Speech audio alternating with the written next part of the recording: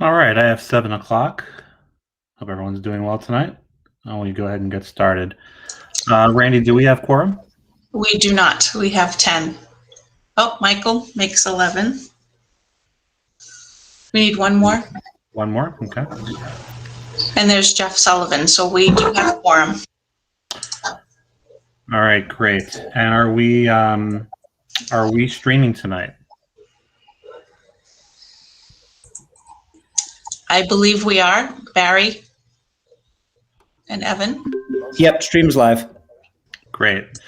And I just saw that we are now recording. So we are streaming, we are recording, and I'll call to order regular meeting number 1361 of the Wachusett Regional School District Committee. We're once again meeting using Google Meets. We'll start the meeting going into public hearing rather. We do not have anyone who signed up to speak at public hearing. Is that correct, Barry? Yep. Okay. I do have a letter that was submitted and requested to be read. It was submitted by Kate White from Woodridge Road in Holden. The letter reads, "This letter brings to the committee a request that class size is prioritized during budget and planning discussions. As a district educator, I had the pleasure of welcoming back a full class of well over 20 students on April 5th. It was a true joy. My goals for the remainder of this school year include building on our classroom community connections, determining needs and growth of my students, and supporting them as they prepare to move to the next grade. Large class sizes directly impact my effectiveness. Considering all that our students have endured since the start of the pandemic, I see no greater need than individualized, well-tailored instruction in each of our classrooms. Please support staffing plans that create the smallest classes possible for the 2021-22 year and beyond. Intervention groups, summer academies, tutoring, and the like are all wonderful tools to employ. We may not find such a great need for these, though, if we staff our schools in a manner that supports class sizes smaller than we are accustomed to. Surely there are many areas where the district's funds are to be allocated, but placing an emphasis on small class sizes, led by professional educators already in place, will certainly go far as we work to recover from pandemic losses. With sincere thanks for the shared work of all involved." With that, I would entertain a motion to enter into executive session to discuss progress of negotiations with the Wachusett Regional Education Association, WREA, on 2020-2021 school reopening, as the chair deems discussions in public session would have an adverse effect on the district's bargaining position to return to public session. So moved. Second. It's been moved and seconded. Randy, can you call the roll? Yes, Member Ayala. Ayala, yes. Member Gustafson. Yes. Member Haber. Haber, yes. Member Imber. Yes. Member Kirschenbaum. Kirschenbaum, yes. Member Knowlton. Knowlton, yes. Member Lavoy. Not sure if Matt has joined us yet. Member Longbleal. Longbleal, yes. Member Mills. Mills, yes. Member Mitchell. Mitchell, yes. Member Otmar. Otmar, yes. Member Pantos. Pantos, yes. Member Shapiro. Shapiro, yes.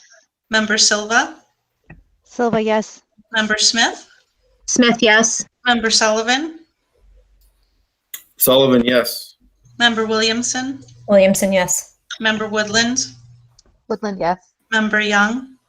Young, yes. Chair Smith. Chair Dennis. Dennis, yes. So we'll switch over to our executive session link. Thanks.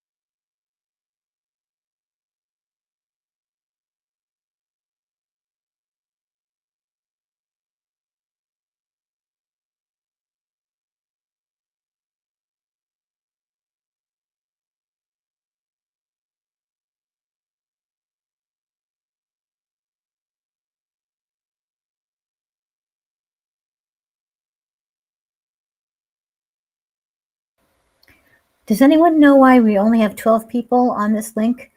Are we on the right link?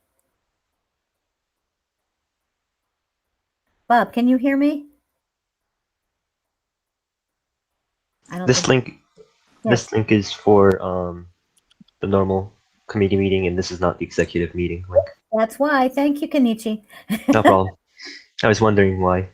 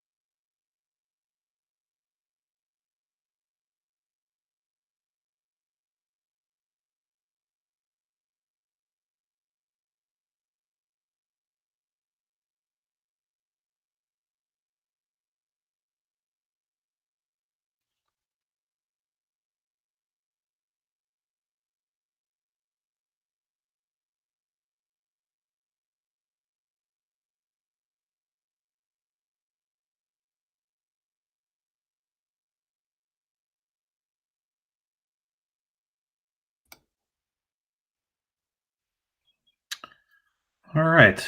I have 7:45. Randy, do we have a quorum on this side? We do.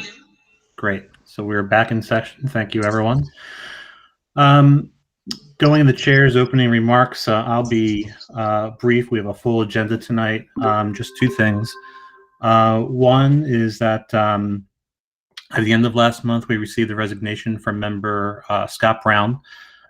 Scott's been on the school committee for over 8 years. He's played a very active role in the legal affairs subcommittee, and just want to pass along our sincere thanks for all of his work, and wish him well as he continues to move forward and take a step back from this committee. Second, just an observation that it's certainly nice to see buses rolling in our neighborhoods again. It's nice that in some ways it's coinciding with some signs of spring, and there's a feeling that we're getting there. So just wanted to point out that observation. Want to take without objection a couple things in a slightly different order tonight. What I'd like to do is move to our motion on collective bargaining, followed by the students' report, then a discussion on the regional agreement, and then into the superintendent's report. So without objection, I'd like to entertain a motion to ratify the memorandum of agreement, COVID-19 plan for school year 2020 to 2021 between WRSD and the Wachusett Regional Education Association. So moved. Second. Been moved and seconded. Randy, can we call the roll for that? Member Ayala, Ayala, yes. Member Gustafson, Yes. Haber, Haber, yes. Member Imber, Imber, yes. Member Kirschenbaum, Kirschenbaum, yes. Member Knowlton, Knowlton, yes. Member Longbeliel, Longley, yes. Member Mills, Mills, yes. Member Mitchell, Mitchell, yes. Member Otmar, Otmar, yes. Member Pantos, Pantos abstain.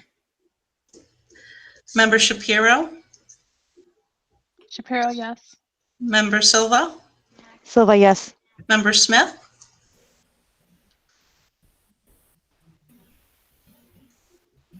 Member Smith,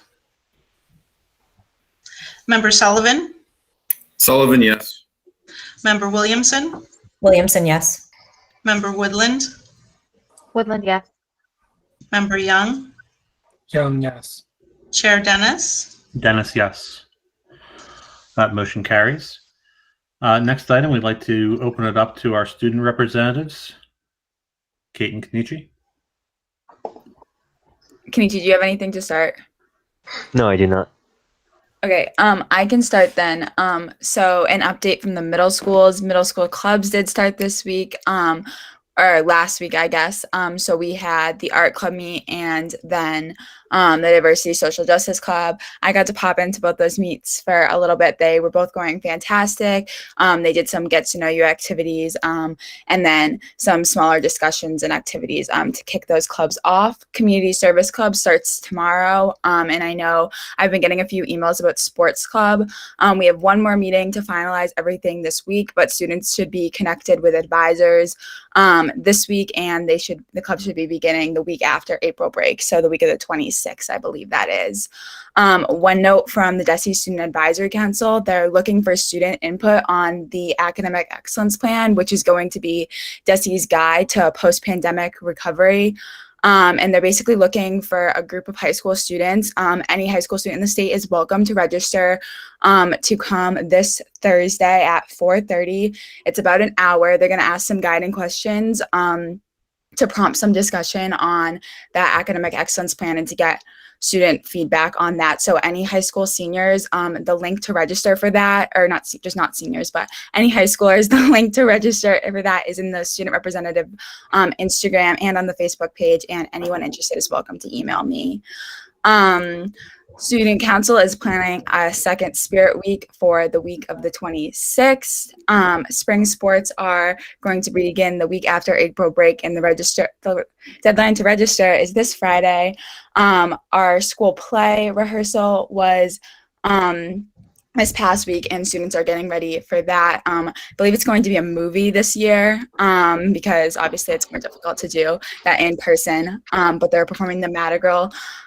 This week, the Diversity Inclusion Club hosted a playbook workshop, which Dr. McCall got to join us on, which was great. So we loved having that discussion with him. And our Model UN team finished out the year this past weekend at Dartmouth, competing there. I think that's all the updates I have. I know Principal Viando is going to be here to talk, so he'll probably fill you guys in a little bit more tonight. Thank you, Kate. Any questions? Can you see anything from you? Or all everything wrapped up? You're shaking his head. Yes. Any questions for the student reps? Seeing none, thank you so much. All right, so next I'd like to go into update and discussion on the regional agreement. What I'd like to do is turn the floor over to Ken Mills.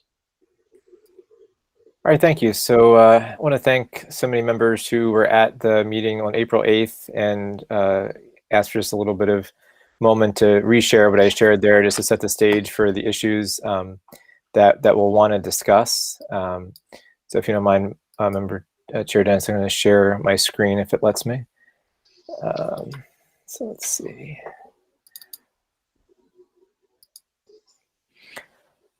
All right, so I'm just going to do a very quick high-level review of the agreement so we know what we might want to discuss. First off, this is reviewed every 5 years, and that at one point had been changed to every 3 years because the towns were, I guess, a little bit displeased with the district at that point, but it was back to 5 years our last session. We voted the changes to town meeting in 2016. We may have to do a special meeting this time if there's changes. Changes require votes from 4 or 5 towns and approval by the Commissioner of Education.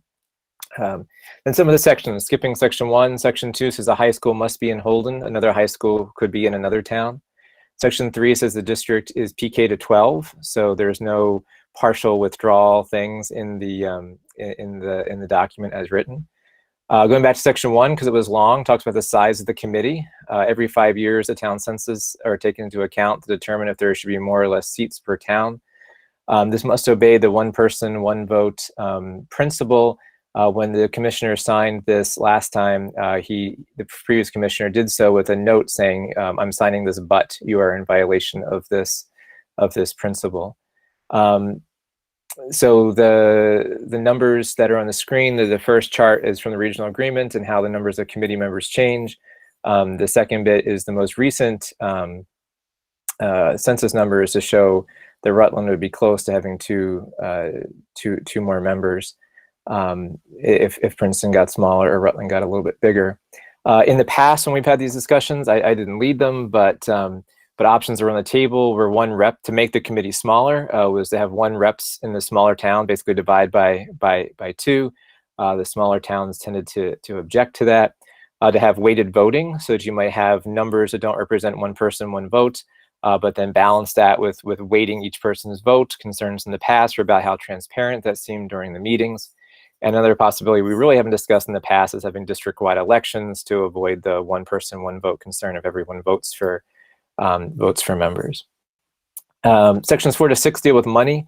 So things that changed recently was how often the towns paid us. So our thanks to the towns for doing quarterly payments to avoid having revenue anticipation notes, which cost the district and the taxpayers money. And also talks a bit about proportioning costs, although some of that is in the state law as well. And it talks about the fact that as a regional district required to report to transfer all students to live over a certain distance, which isn't true for municipal districts. Section 7 to 8 talk about admissions or withdrawal of towns. Short thing, in is easy, we vote, they pay some money and they're in. Out is hard. It says the town initiates the process. It doesn't say what that means, if that's a vote of, but ultimately that town has to vote 2/3 majority to town meeting to withdraw, and then there's a majority district-wide vote in all the other towns. Out's also expensive. They have to pay their share based on their student population of any debt-free facilities or replacement cost. And there's no partial withdrawal, so a town can't say we want to pull out K-8 and do that. Sections 9 and 10 talk about annual reports and our budget reporting. Section 11 talks about rules for assigning students to schools outside of their own towns. right now requires town approval unless there's an emergency, like there have been in the past with building repairs, for special education with parent approval or by parent request. Section 12 to 13 talks about powers of the committee, electing our officers, buying property, having central office. Section 14 talks about amendments being considered and how those have to be approved, and that we can't change the agreement to, can't change the ability to admit new towns or to avoid paying our debts. Section 15 talks about how the district can take on debt and how that debt is shared between the towns. Section 16 talks about capital expenses from surplus. This is something we might want to talk about. There was a limit of $250K from E&D for 1 year or one project, and we kind of ran into an issue with that when we tried to replace the roof on the ECC using E&D recently. Leases basically defines the towns as landlords, but their lease agreements give a lot more detail to that relationship. Their most recent change, we put in provisions for the towns to use the schools in case of emergency, which is kind of after the ice storm, I think, and doing an annual maintenance audit. That threshold issue is in the lease agreements. It's not in this document.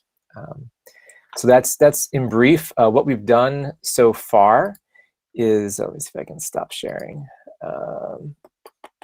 Stop presenting, there we go. What we've done so far is we had this hearing with the towns. Last week, there was some confusion, I think, with a member deleting it in their calendar, and then some people getting messages about the meeting being deleted. So one of the towns was kind of concerned about that.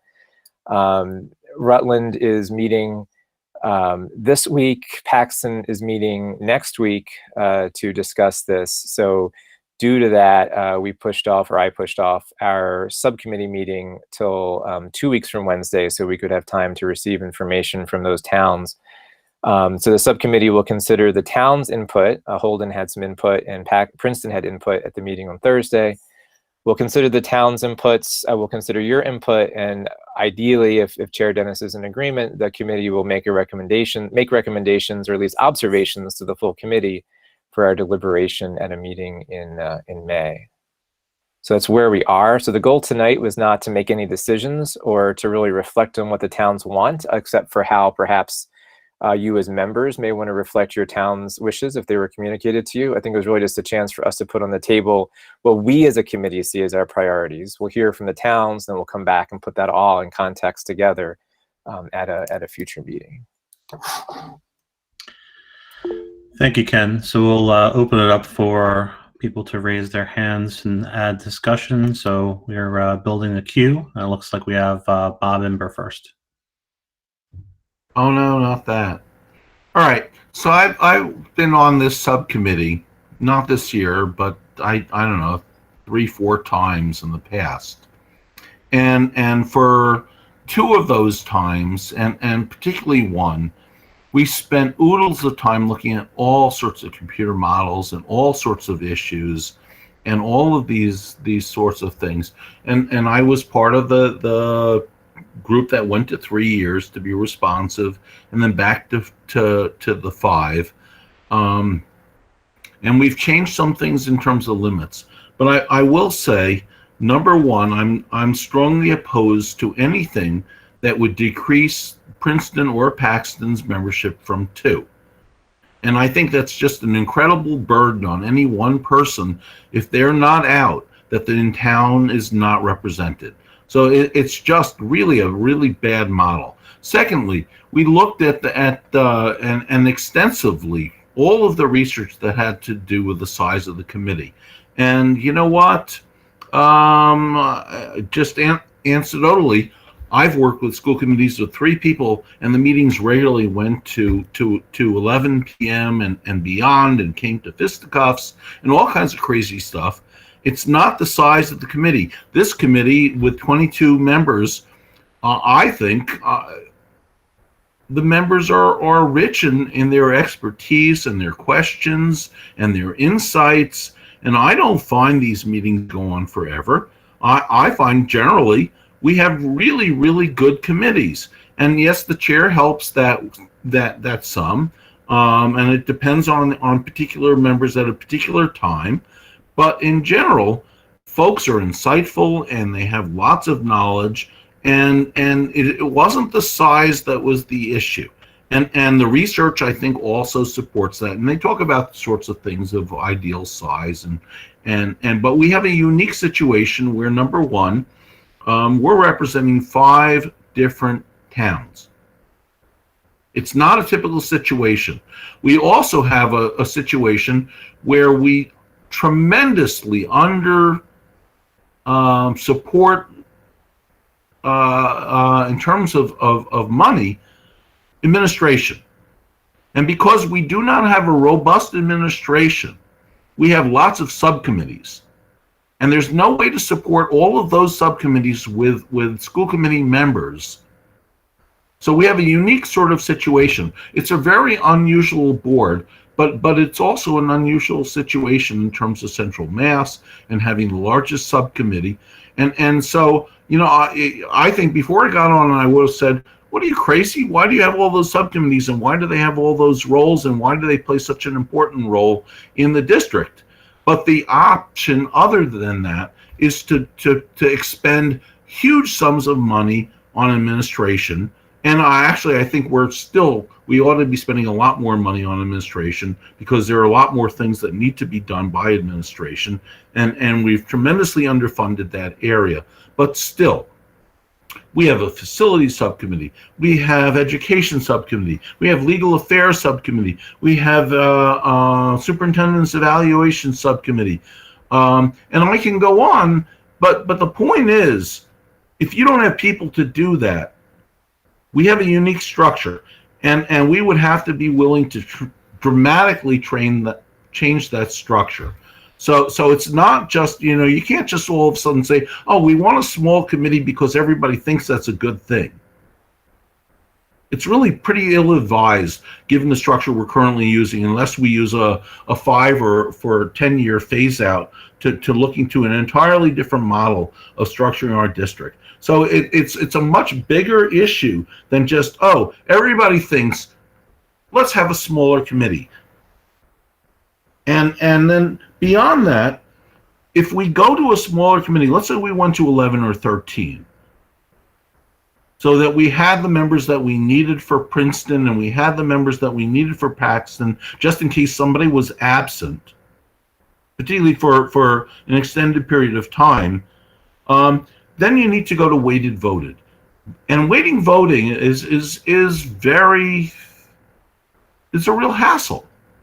And you could do it, but it's a tremendous hassle. Every single vote that you take, you have to consider, okay, well, one of the Princeton representatives is, 0.68% of the district.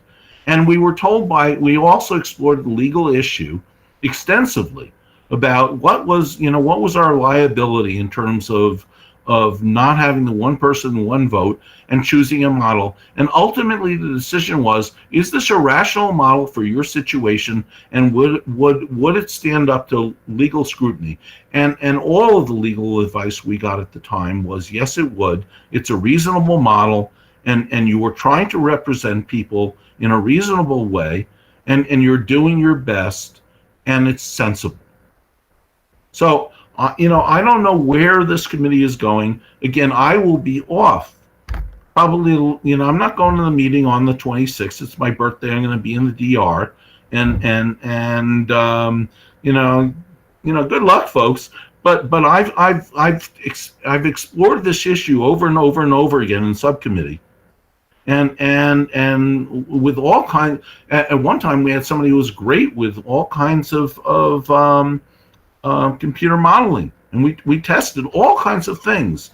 I'd also advise, although we seem to do okay with 22 members, but I'd also advise an odd number of members whenever possible. So that's useful. And we may adjust to that when we go to the new numbers, but that seemed to matter a lot in the modeling. So those are my, I think, a dollar's worth. No, two. Sorry. Thanks, Bob. I have Carl next. Yeah, thank you. So, and certainly I just wanted to add kind of some of the discussion that we had at our first ad hoc meeting, and again, there's a lot of the agreement that's out there, and kind of, but things did seem to come back to kind of the size of the committee. And certainly, I guess, like one of the things to think about is, as Bob alluded to, is the role of the committee and really how we use subcommittees. Because with a bigger committee like we have right now, we can do more work. We've got more folks that we can put to working in subcommittees. A smaller committee, you might be doing more of the work in a full committee. And so part of it kind of just comes to, like, as a body, what type of organization, what type of setup we have that would kind of support the type of thing that we would do. Or if we would do, like, aim for something that's kind of in the middle, like a 16-person committee, where maybe we could still have all the same subcommittees. They'd just be a little smaller, like 5 down to 4, like something like that. So, and these are things to think about as we kind of move forward. And then just a couple things, like I had done some research on other regional school districts across Massachusetts, just so folks would have some background. There's 45 regionals. Almost 30 of them are just 2-town regionals, so that's a little bit different. There's one 7-town regional, Central Berkshire. There's 3 5-towns, and then there's 2 4-towns, and then a bunch of 3-towns. So the larger regionals are certainly kind of in the minority. And in terms of what their school committees look like, so Central Berkshire with their 7 towns has a 15-member committee.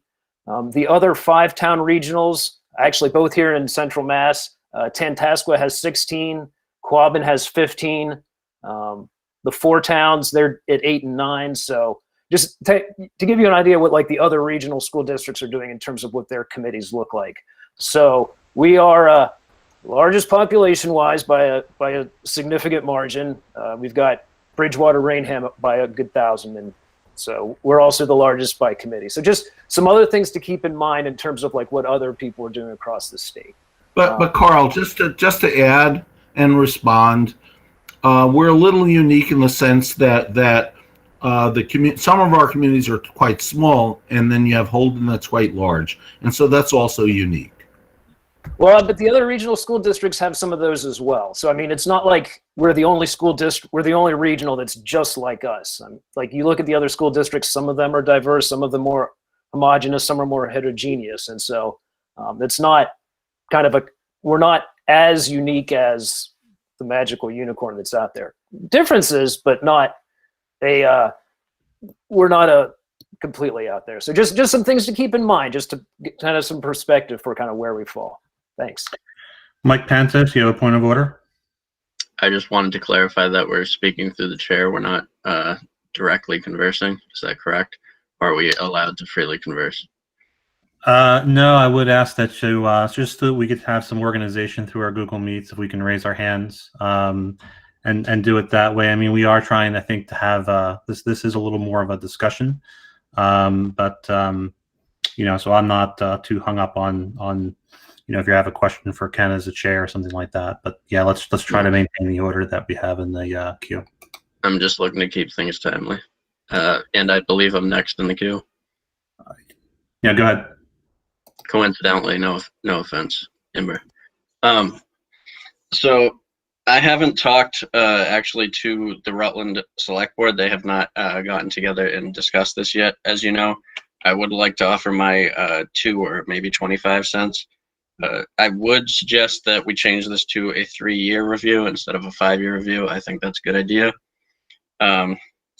District-wide elections, I think, are an awful idea, because then you get into the larger towns controlling more than the smaller towns. They're not getting there necessarily. Not every town would then be represented, if I understand that correctly. To the chair of the subcommittee, Member Mills, what were you saying about in violation of number of reps? Is that correct? So the principle is that there should be one person, one vote, so that the membership on the committee should be reflective of the percentages of populations in the towns. And as Member Imber suggests, the diversity of sizes in the committee really makes that challenging. And the commissioner pointed out that our ratios in our agreement don't really meet that standard. One can note that they go up by twos as well, right, instead of by ones. So it's not the same as the if you were to just normalize which I had on that chart, normalize to 1, the fractions don't exactly work out. But he did sign it anyway. And what would be the solution to that? I mean, the solution to that is the commissioner signing it anyway, having an outrageously large committee, doing district-wide voting, which you could have certain number of seats per town, but then have them voted by district-wide, so at least you voted for those representatives.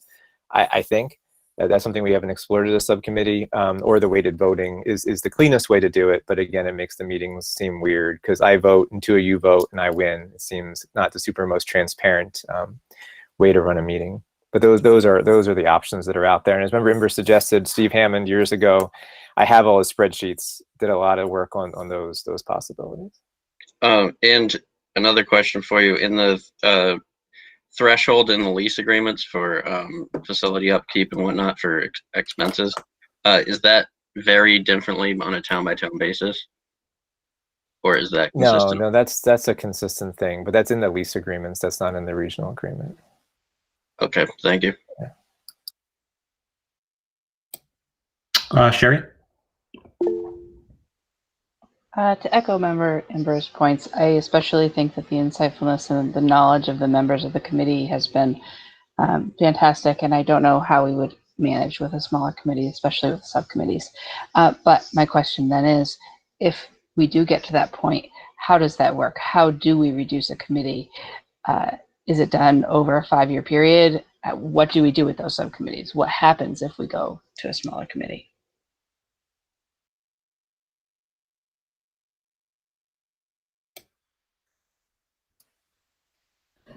I don't know if that was a rhetorical question, but I think we have to discuss how we would reduce, right? If we would just eliminate the committee and revote, or if we would go down over time. I think when Steve had made proposals maybe 10 years ago, his proposal was a step down, but that's just one option. And as Bob said, I think the balance is, do you have a small committee that does all its work at the main meetings, or do you have a big committee that does a lot of subcommittee work and then lets the subcommittee do the work and trust them and doesn't relitigate the whole thing at full committee? So I think that's kind of the balance at, in how you'd structure such things. Thank you, Ken. Malia? All right. Hopefully I'm back. We'll see. My internet being weird. I think I had 2 questions. My first was, I think Ken just mentioned this. I was wondering why it increases by 2 representatives instead of 1. I've never heard an explanation for that, and I don't expect Ken to know, but I was struck by that when I looked at it in detail, because that seems like that would make more sense. And it would keep us a little bit smaller. It just didn't make sense to go up by 2 members every time. So I'd love to know if there's a good reason for that.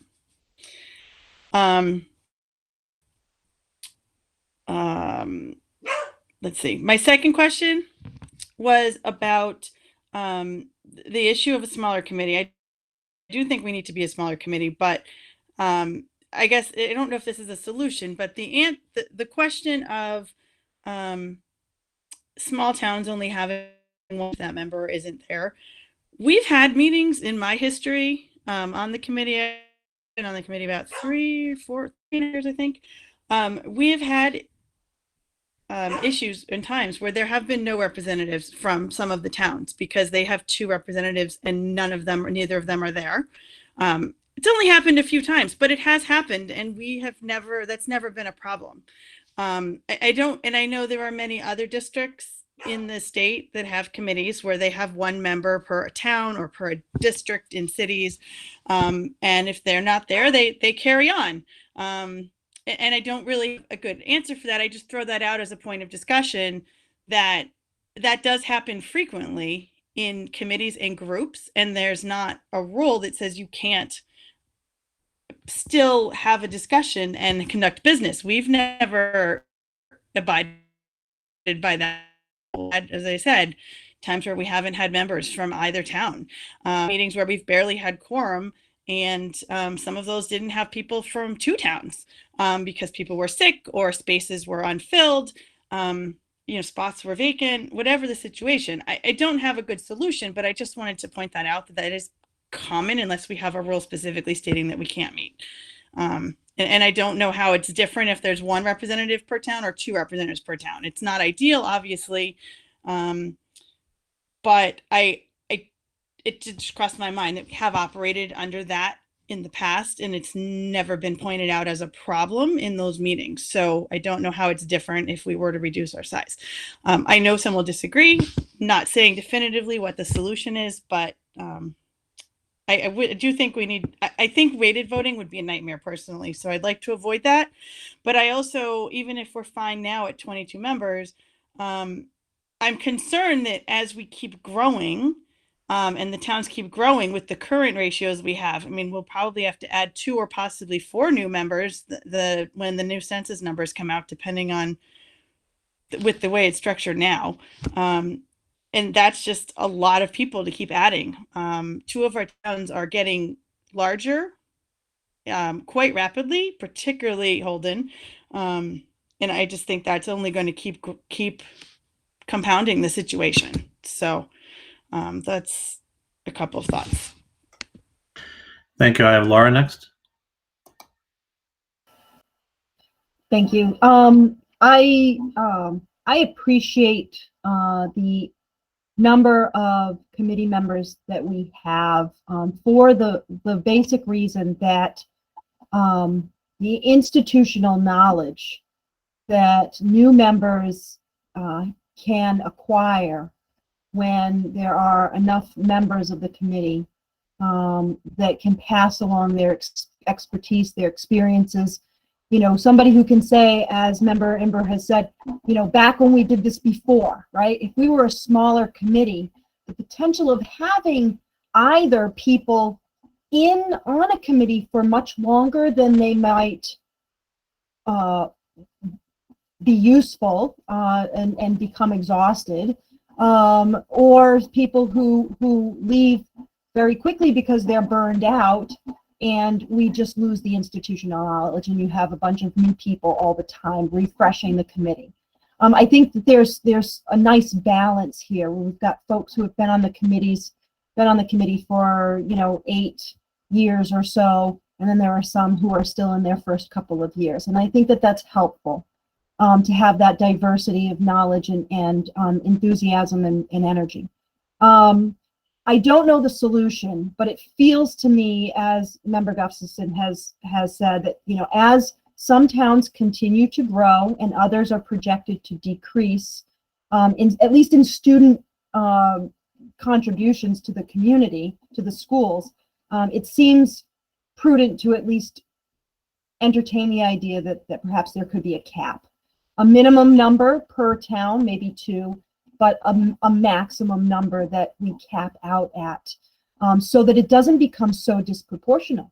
If Holden, you know, continues to grow at rates that we're seeing, it's possible that this committee could become even more top heavy with Holden representatives, and therefore the votes of the minority become less impactful. And so I would hate for that to be a scenario that we see come to pass. In terms of, I've heard the towns talk about partial withdrawal or removing themselves from the agreement, sort of opting out of the it's difficult to do.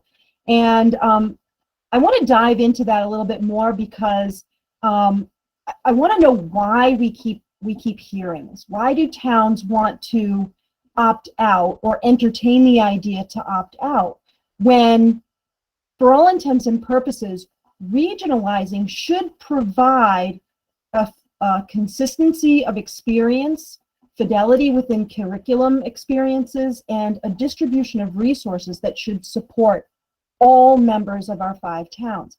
And I'm wondering why towns don't see a value added.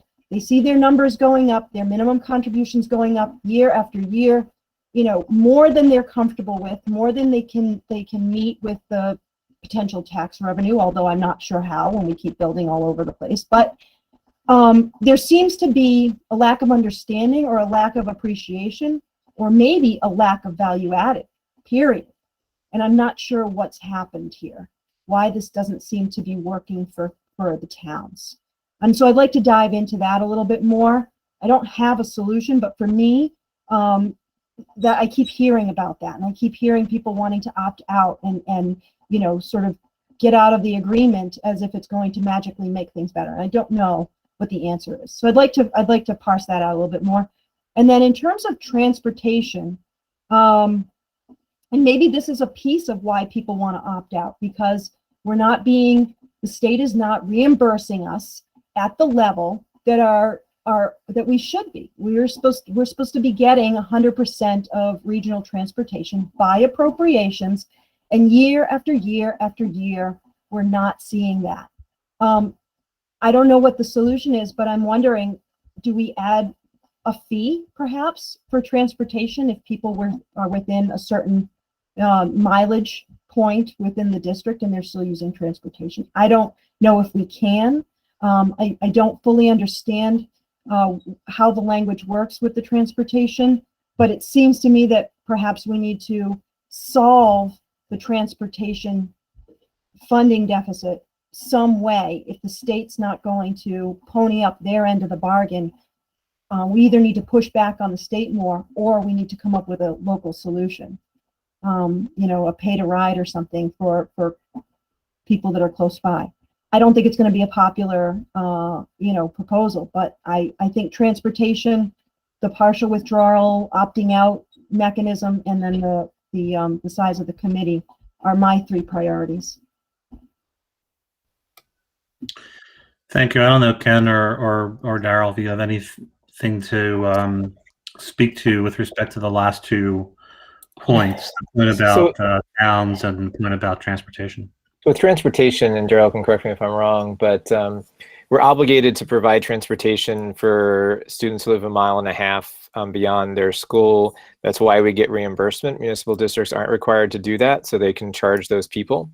We could charge people who live within 1.5 miles. District administration has presented 2 reasons why they didn't like to do that in the past.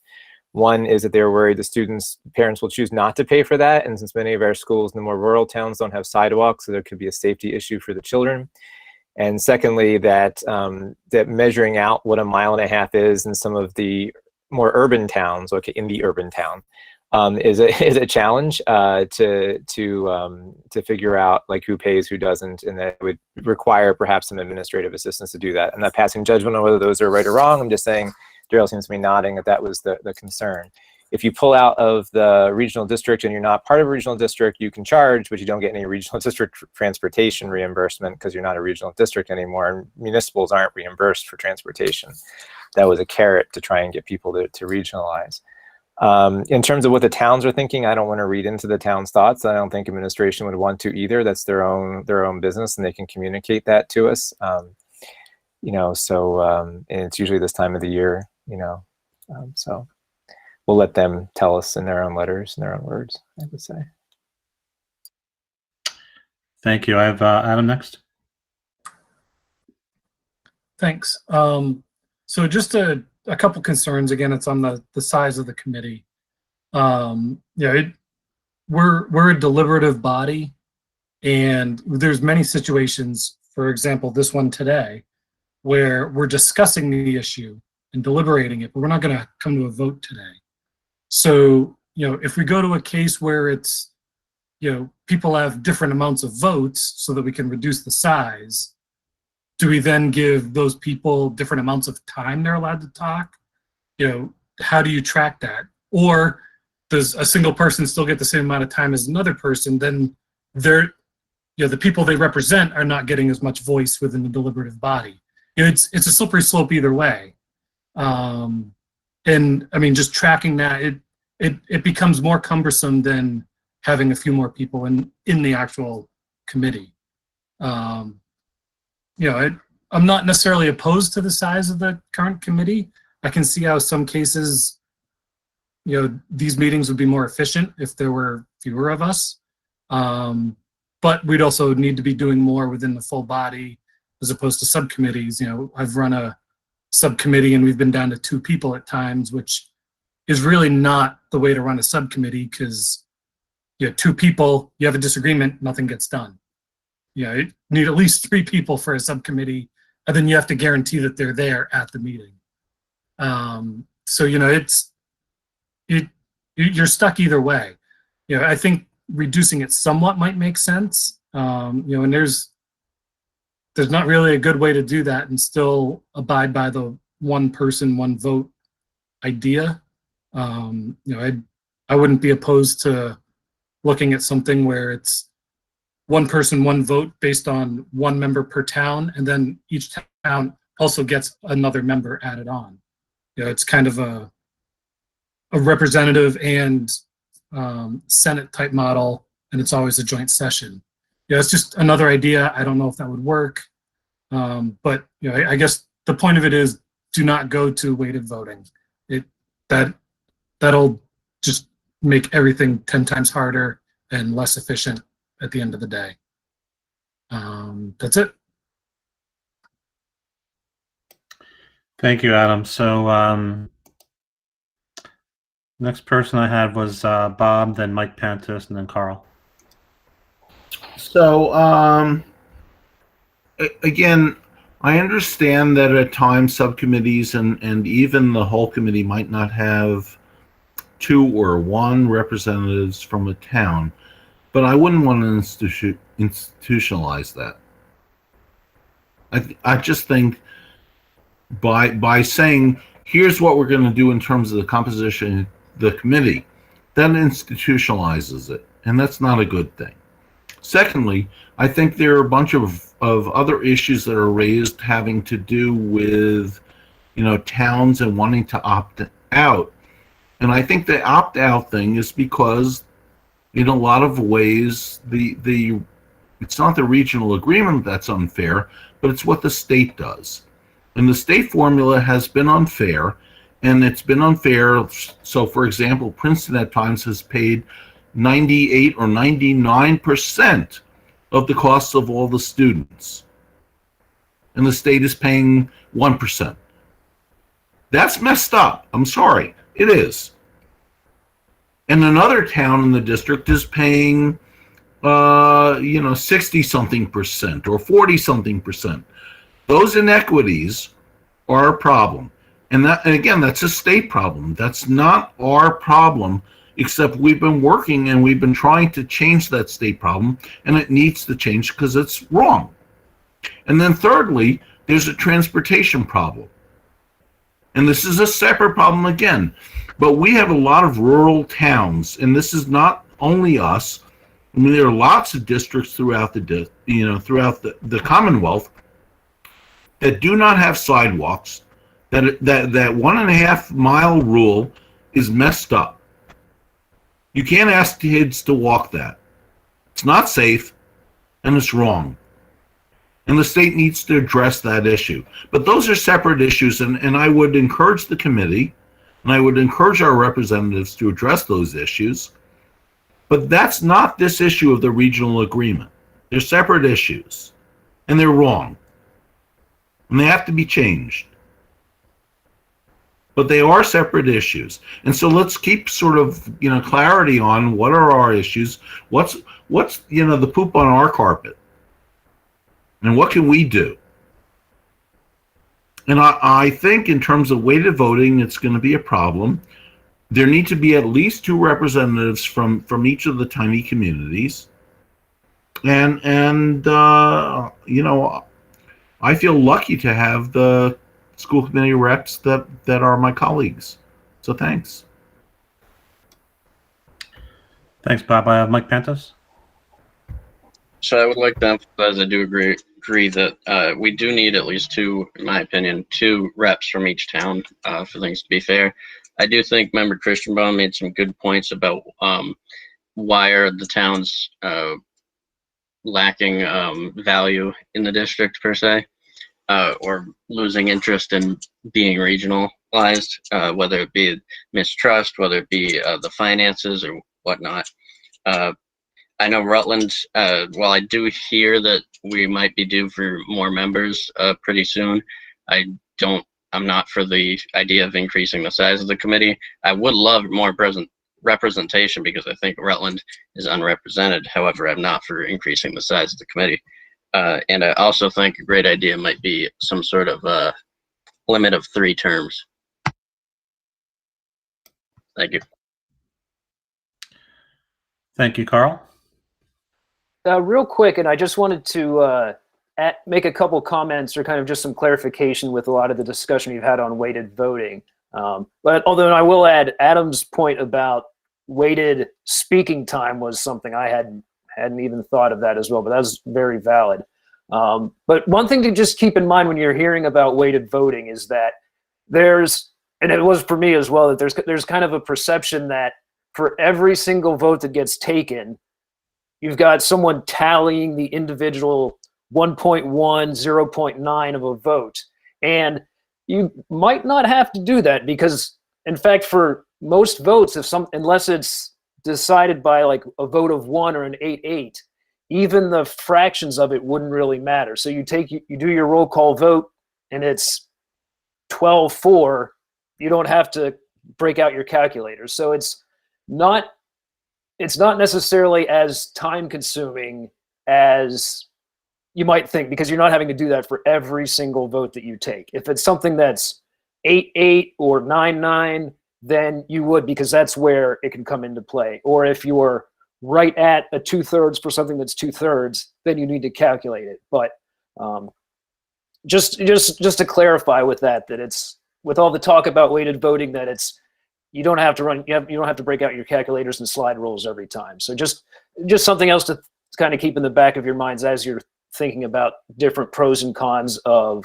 sizes, weighted voting, and other things like that. Thank you, Carl. Any other discussion on the regional agreement? Just briefly, we did hear at the meeting from Holden and Princeton. So, the committee heard their concerns. We're waiting for, we'll wait for the other. We'll be looking forward to having a discussion about their priorities in a future meeting.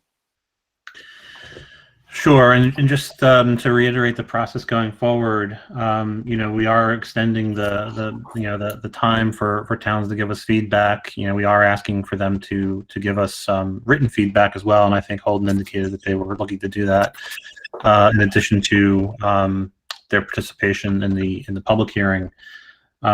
So again, next steps is that as that feedback comes in, the Ken's committee subcommittee on regional agreement is now focused on meeting on the 28th. I think I heard you say.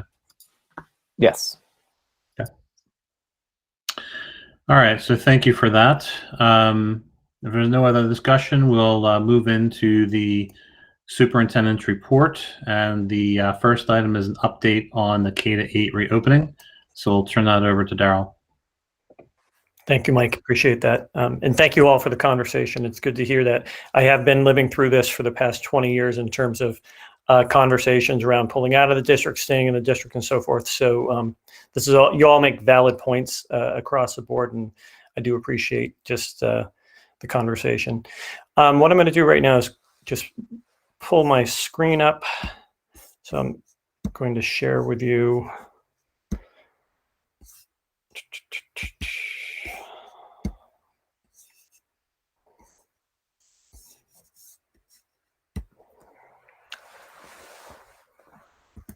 So this is what I'll do real quick is do an update on our K-8 reopening. So last week we were able to bring our K-8 students back to school. About 90% of them came back. We still have 10% who are in remote learning as we speak right now.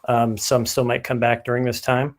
I had the opportunity to speak with all the building principals last week, and in my report that I shared with you, we did put their their feedback to me was put directly into my report. So some of the things that we talked about were that students and staff were really happy to be back. That was it was just so nice. And you mentioned this, Chair Dennis, seeing the buses go through the neighborhoods and seeing a lot of kids on the buses now. It was absolutely wonderful. Minor issues last week really just included busing and van times. Again, it takes a good week or two, in September for this to really move forward so that the times are really aligned properly. So we're still doing that. It should be good by the end of this week. Parent pickup and drop-offs. There were concerns around the amount of traffic. We do have some schools, in particular Davis Hill, that has just an awful lot of parents bringing their kids to school and picking their kids up. So we've been working with building principals and with our local police around the best way to kind of work through that and deal with that. We are encouraging families to put kids on the bus so that we don't run into this situation in all of our schools. Another big thing was principals talking about just making sure that remote students remain integrated in the schools. I had the opportunity to talk with some teachers about this last week, and they were just, not only excited to have the kids in front of them, but continue to have those kids that they have had all year long as part of their classroom. So that's something that's going to continue for the remainder of this year. And then lunch was something that principals were concerned about. We were concerned about how that was going to roll out, how it was going to play out in terms of coverage and so forth. It has not been as much of an issue as we thought. Kids have been able to get through. We have had to extend sometimes. We've had actually more kids actually getting lunch through the cafeteria rather than bringing their own lunch. So that was new. It was not something that we predicted, but we've had to extend sometimes and contract some other times. But so far, everything has been going well with the K-8 reopening. So I'm going to jump out of this, and if there are any questions. Thank you. Any questions on the K-8 reopening?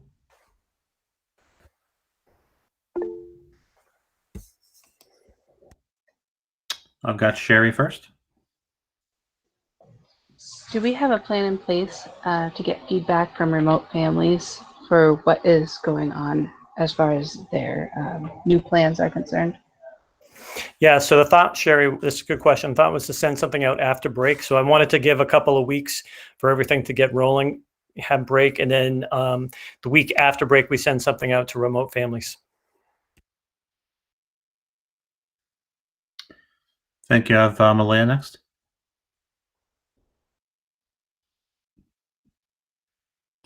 Okay. I did want to say a special thank you to Daryl and the principals for the updates. I found those really helpful, and I know that took a lot of time from a very busy schedule. I had a question, not really a question, but some things about the busing, because I made a random comment about that, and I got a lot of comments from the community about the busing and why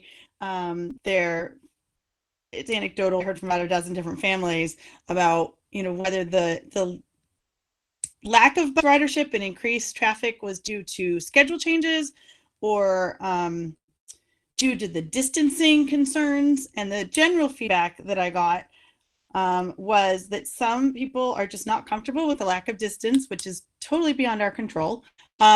Others are concerned about things that they have seen, things like people eating on the buses, kids not wearing their masks on the buses.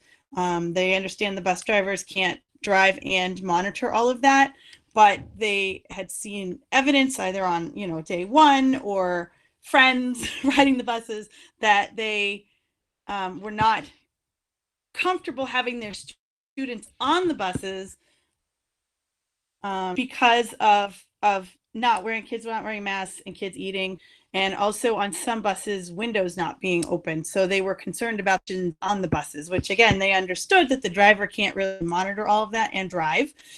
So I don't know if the solution to the traffic is more bus monitors, perhaps. I don't know if every bus has a monitor, particularly with younger kids.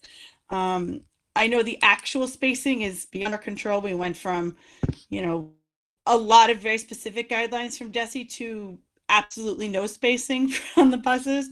So I just hearing all of the concern about the traffic, and some families are really going crazy trying to get from one school to another to pick up two different kids in two different places and running into challenges and then waiting in line for 3 hours just to do pickup or drop off.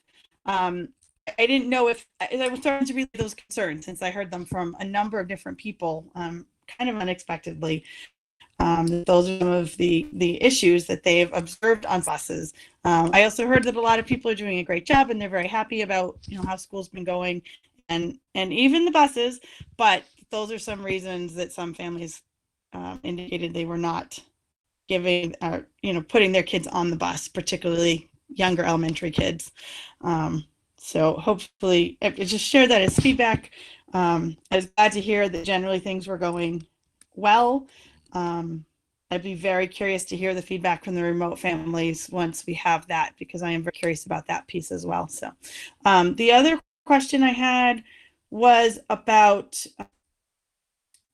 spacing. I think there was some schools, when I read the report, some schools were using the spacing, like the gym and the library and the gym, art rooms and music room for lunches, and some were being able to use them for their specials, like having gym in the. So I'm curious if that will continue, or it's unfortunate that some schools are not able to have gym in the gym while others are, just because they happen to have more room in their building, I guess.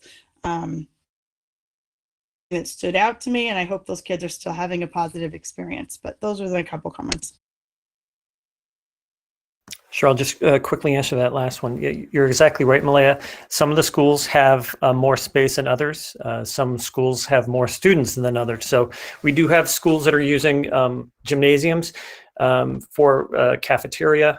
We do have schools that are using library as classrooms, art room as a classroom, music room as a classroom. So it's the way it has to work right now in order for us to get the students into the building and have the 6-foot spacing when a mask is off and lunch is happening. The good news about PE is that we can get kids outside now that it's warmer, and they're outside anyway, probably 90% of the time. In the spring before school ends. So that's the good news. But yeah, it's different. It's not going to be the same as it typically is. And we do not know yet what the fall will look like as well in terms of social distancing. Thank you. I have Kate next. So I've spoken with the middle schoolers several times, either in the past week or the week before. And I have some pretty major concerns about COVID protocol not being followed actually within the schools. The most horrifying story was today. One of the students in the group said a child pulled down their mask, picked their nose, wiped it on the desk, and then the desk was not washed after class. And the teacher was not like forcing the kids to wipe their desks, so they didn't wash their hands after class, and half of them didn't hand sanitize. And so I'm really worried about that. I'm also worried students are reaching into this big jug or it's like tub full of milks. So everyone's hands are touching the milks during lunch. And so then the milk's going in the mouth from what was touched by another kid, and just the hallways are not socially distanced at all. So I have some concerns about all of that.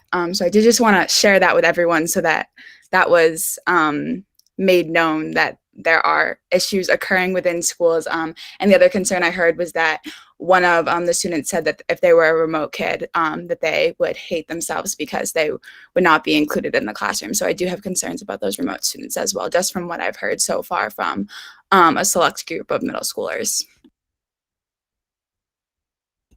Thanks, Katie. And, again, I think you're going to run into issues associated with different things that go on in terms of perceptions from kids around what's going on in the classroom, what's getting cleaned, what isn't getting cleaned. We do have pretty strict, specific protocols that we have in place with all of the teachers, with all of the administrators, with the custodians. So we're really highly dependent upon kids to follow the directions.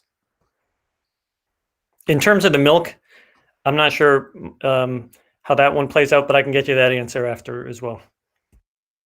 Thank you. Thank you. I have Eric next. Hi. Yeah, thanks. I just wanted to put a couple of comments in there. The principal's reports I thought were fantastic. It was great reading them. They had a lot of positive comments to say, and I think they kind of all highlighted some of the similar challenges around transportation and traffic and things like that. But it's good to see that kind of update from every individual school. I also felt like, just from my own personal experience here in Princeton, that the teamwork between the school staff and the police department as well has been pretty incredible. I mean, the first day was pretty busy, but there's been a lot of adjustment and quick action, and you have teachers and staff out there running the show. So I think it's really a testament to the collaboration of everybody, and the parents have been great as far as following the instructions of where to go, where to park, forming lines, things like that. So to be honest with you, I think it's working far better than I would have imagined considering the circumstances. So I just wanted to thank the staff and all the families for that. I think this really is really a good thing to say.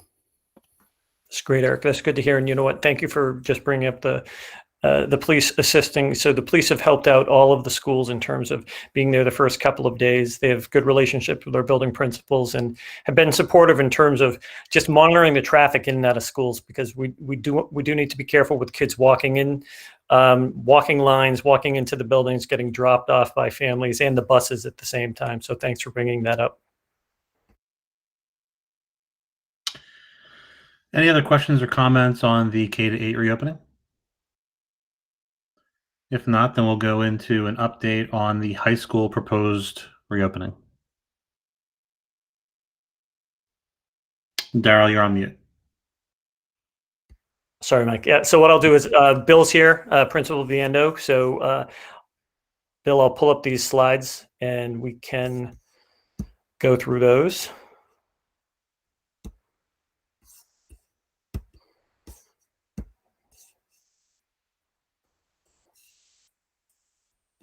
I'm going to just jump down because high school reopening, graduation, end of the year activities.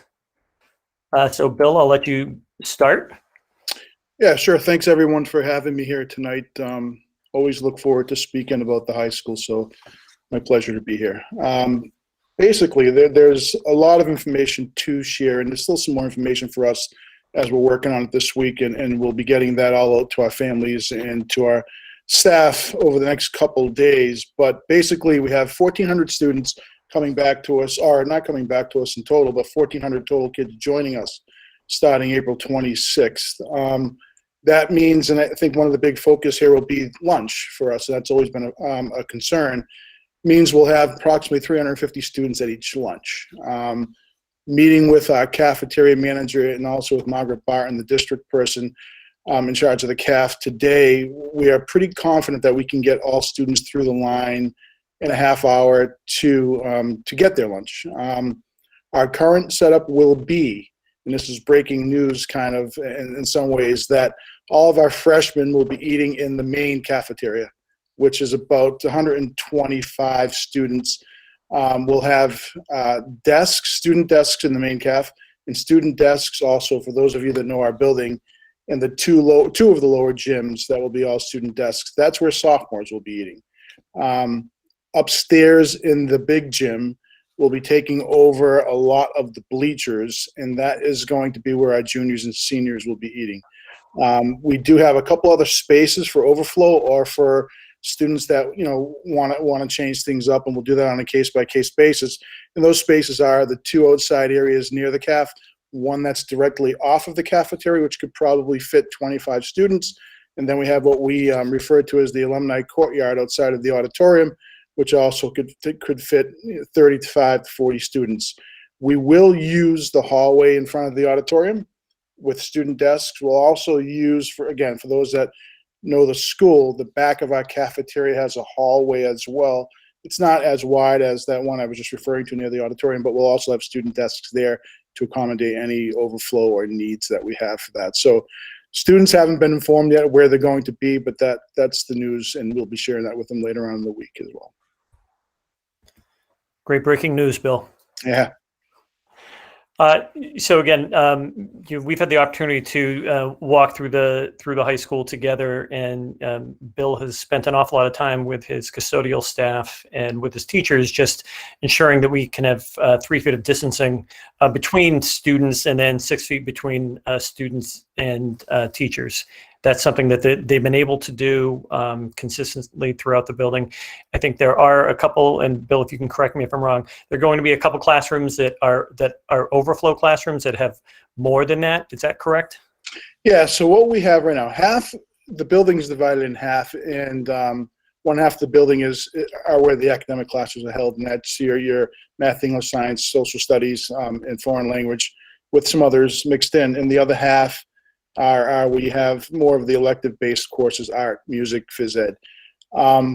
In that half, that's the academic piece. They pretty much all have the requisite amount of student desks, or the available or allowed amount of student desks in there right now, which are at the 3 foot from seat edge to seat edge distance.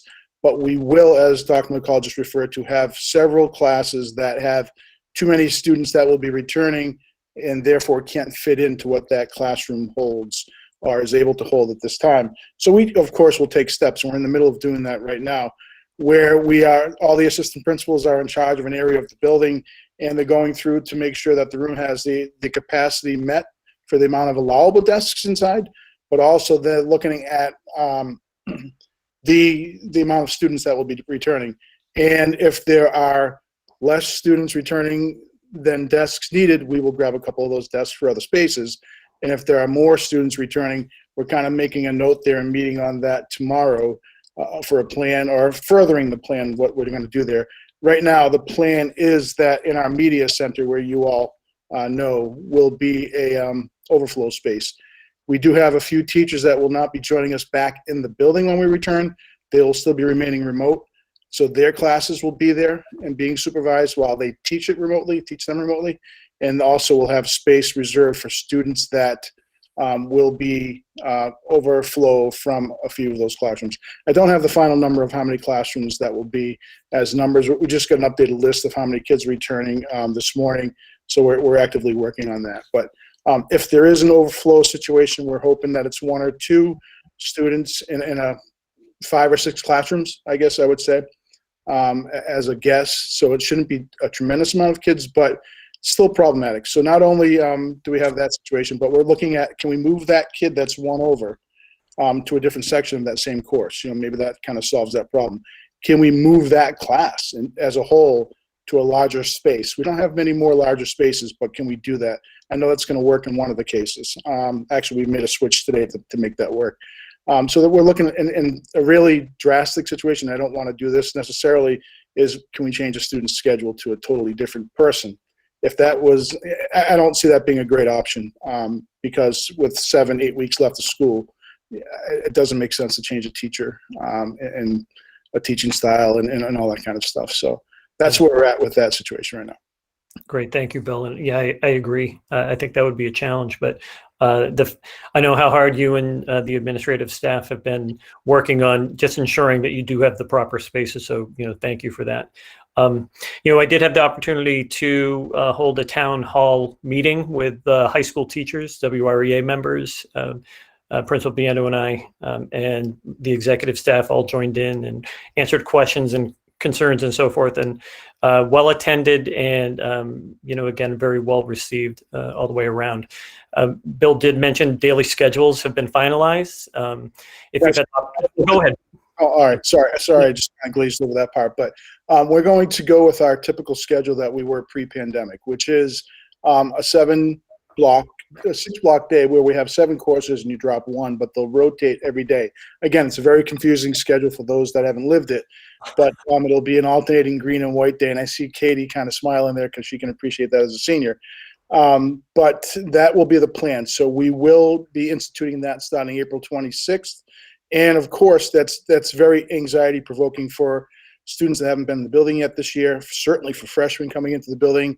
Back in December, we offered tours for any student that wanted them, any freshman that wanted them. And I forget the number, but we did a large amount of student tours at that point. And counselors are available and are willing to give individual tours as needed for parents over the next couple weeks. That's on a case-by-case basis. But certainly that day or the first few days when we're back on April 26th, we'll have members of the student body, upper class, in hallways before school, helping students get to their locations. We'll have staggered dismissal from classes to make sure everybody gets where they need to be. So we'll make sure we take all that into account when we're back. So looking forward to that. Yeah, I think everyone is, Bill. Excellent, thank you. Finally, hallways are clearly marked. I know that Assistant Principal Pratt spent an awful lot of time and went through a lot of tape marking the hallways in the high school. And then ultimately, final plans and adjustments are going to be made this week, and Bill will be sending that information out soon. And then again, planning steps that we've kind of gone through to increase the in-person learning at the high school, really maintaining 3 to 6 feet of distancing in all learning environments. Students are all wearing masks, have to follow the hand hygiene protocols.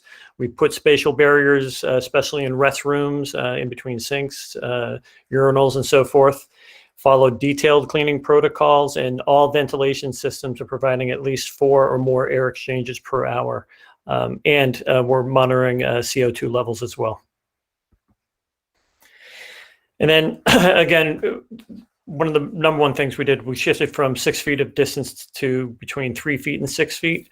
All learning spaces have been, assessed for proper learning or proper spacing just in general, including the cafeteria, including the gymnasium, all those spaces that Bill just talked about where lunch will occur. We will have the 6 foot distance between those spaces.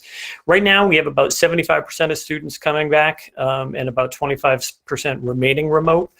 So that number could go back and forth a little bit, but probably not too much more than that. And then finally, AA Transportation is finalizing routes, and they should be good to go within the next few days. So we're excited about that as well.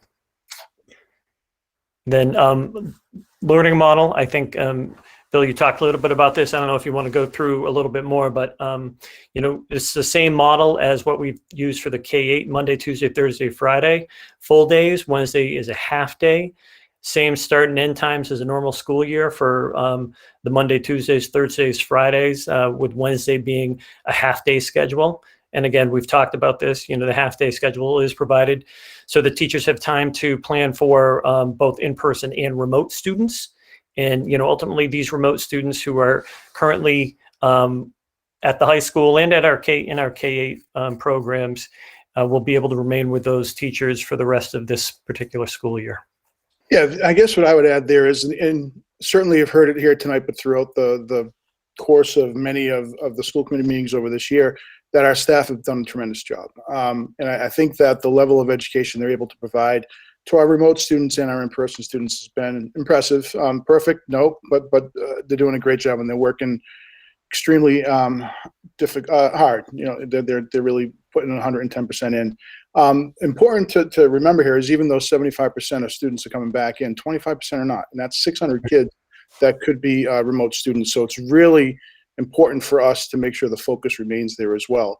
And that's a challenge. It will be maybe even more challenging than it was or it is now in the next couple of weeks when we have more kids in front of you than what we're used to this year. So the staff is prepared for that, I hope. We've been talking about that quite a bit, and I'm asking for them to power through for the next 7-8 weeks, and they've been incredibly responsive, and I'm very proud of them. So we're looking forward to a good transition to make sure that we're servicing all kids the best we can. We certainly will follow up with communication with our remote students and families and to get their feedback as we've done throughout the course of the year. But their learning is equally as important as the rest of the students. So we'll do our best to make sure that happens. Great, thank you, Bill. A couple other things we wanted to just touch base on, especially with the high school, while Principal Biendo is with us right now. So we're going to talk a little bit about the high school graduation and end of the year activities. So again, commencement guidance, this is an actual link, and it goes to commencement guidance that was shared with principals, colleges, universities, and it really covers colleges, universities, and K-12 schools. And big things that they mentioned, we still have to follow Board of Health guidelines for gatherings, and there are strict regulations on social distancing, guests, and more. So I know Bill and I have been talking about this for, at least a month or two. And, Bill, if you want to start to go through some of the different options that we're looking at right now.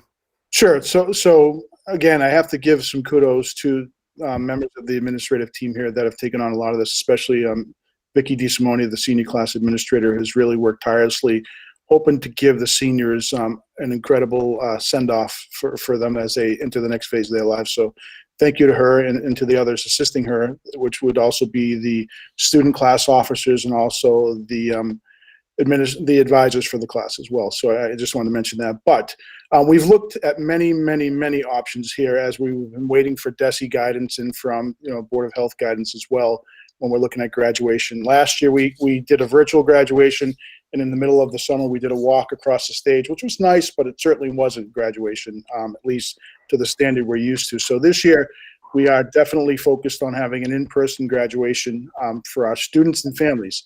With that, as I just mentioned, we've checked and worked with, or tried to work with, many venues and many options. We are unique. We are very large for a graduating class. We're going to be graduating close to 500 students this year. With that being said, there's not many facilities that could handle that class size on a regular year, never mind a year where there's all these protocols and constraints. So I think confidently we're down to 3 options, it seems like, right now for graduation.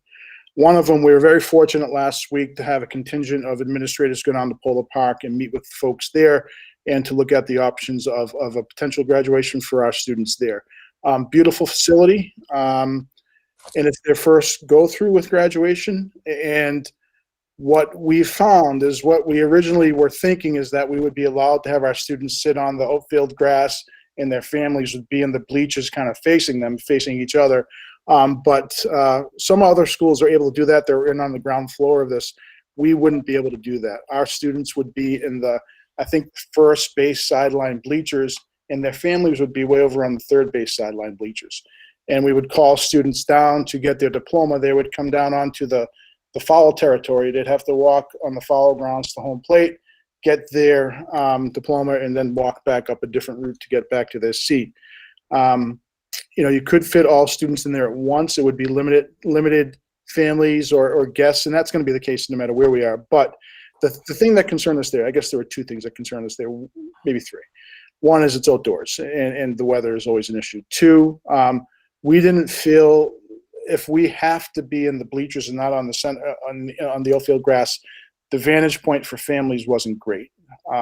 So we didn't feel that was the perfect option at this point. So we're still working with them to try to get some feedback on that, if we can still kind of get into that outfield grass. And so the weather, the field, and parking, there's really not great parking right now down there. So we're kind of concerned about that as well. So those are some of the drawbacks, but I didn't go, but I hear it's a beautiful facility, and it would be memorable, of course, for that. So that's one of the options there, and there's pros and cons.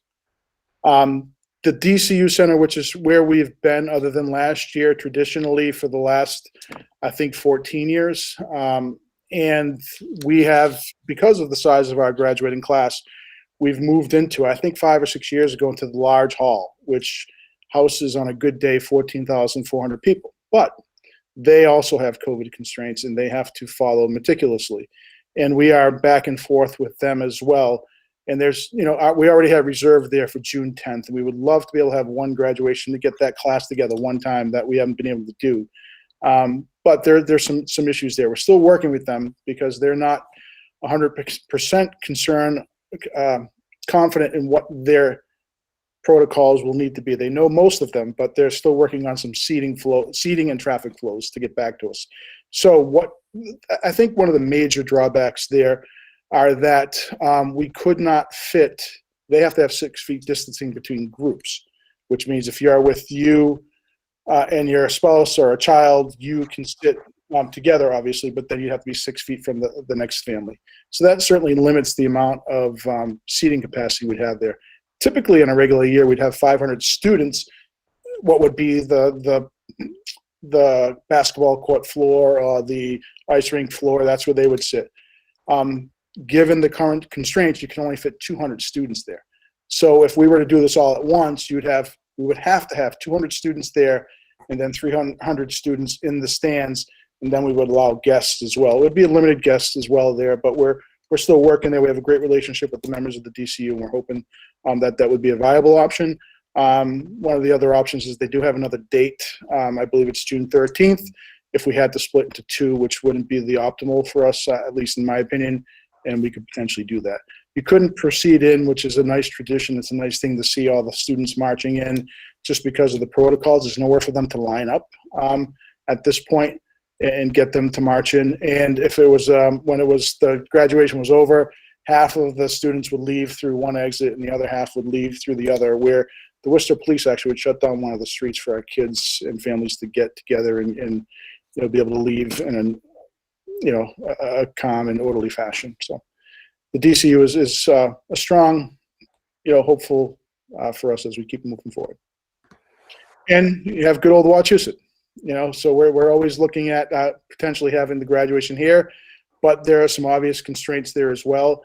Our largest, place we could have this would be on the turf field. We have to live by the 6 feet of distancing with the protocols put forward by the state. So we still would have extremely limited ability to house all of our students and families. And we're talking maybe just 2 guests. We'd probably have to have 3 graduations, maybe 4. And so I would consider doing, since June 10th is our traditional date, or the date we already had, I would consider doing June 8th, which would be a Tuesday night, June 9th a Wednesday night, and June 10th a Thursday. You have your fingers crossed for good weather and a lot of other options there. But that, to me, it would be a big challenge for the school. And again, we're dividing potentially 3 and maybe even 4 graduations there. So that's not as attractive. And we would certainly consider that if we had to, but that's on the list, as it's still one of the 3 that we can do. So that kind of sums up that part of the graduation. Probably, I don't think it's more important for the students, but certainly equally as important are the senior class, and how do they get recognized, and is there any opportunity for them to get together? So we've done some things over the year in trying to have them have a little bit of class pride, a little bit of connection. It's been extremely challenging for them. They although last year's class did, suffer through these challenges, this class even more so. They weren't together last year for their junior year activities at the end of the year, whether it be junior prom or what else, just being together with their class and getting to be that transitioning class on campus. It's always a nice little last day of school for seniors, and then you see the juniors kind of move into that leadership role the very next day. So it was too bad that we didn't get to see that last year. So this class really did miss out on a bunch of things. So we're hoping to do some of the things we did last year for last year's seniors, which is more than a regular year, more than a given graduation year. So we're looking at some of the things that are listed there. We have a 50-day countdown party. We have every day we post a new number of how many days left for our seniors that are leaving us on May 28th. We are already signed up, and we'll have delivered a lawn sign for every senior.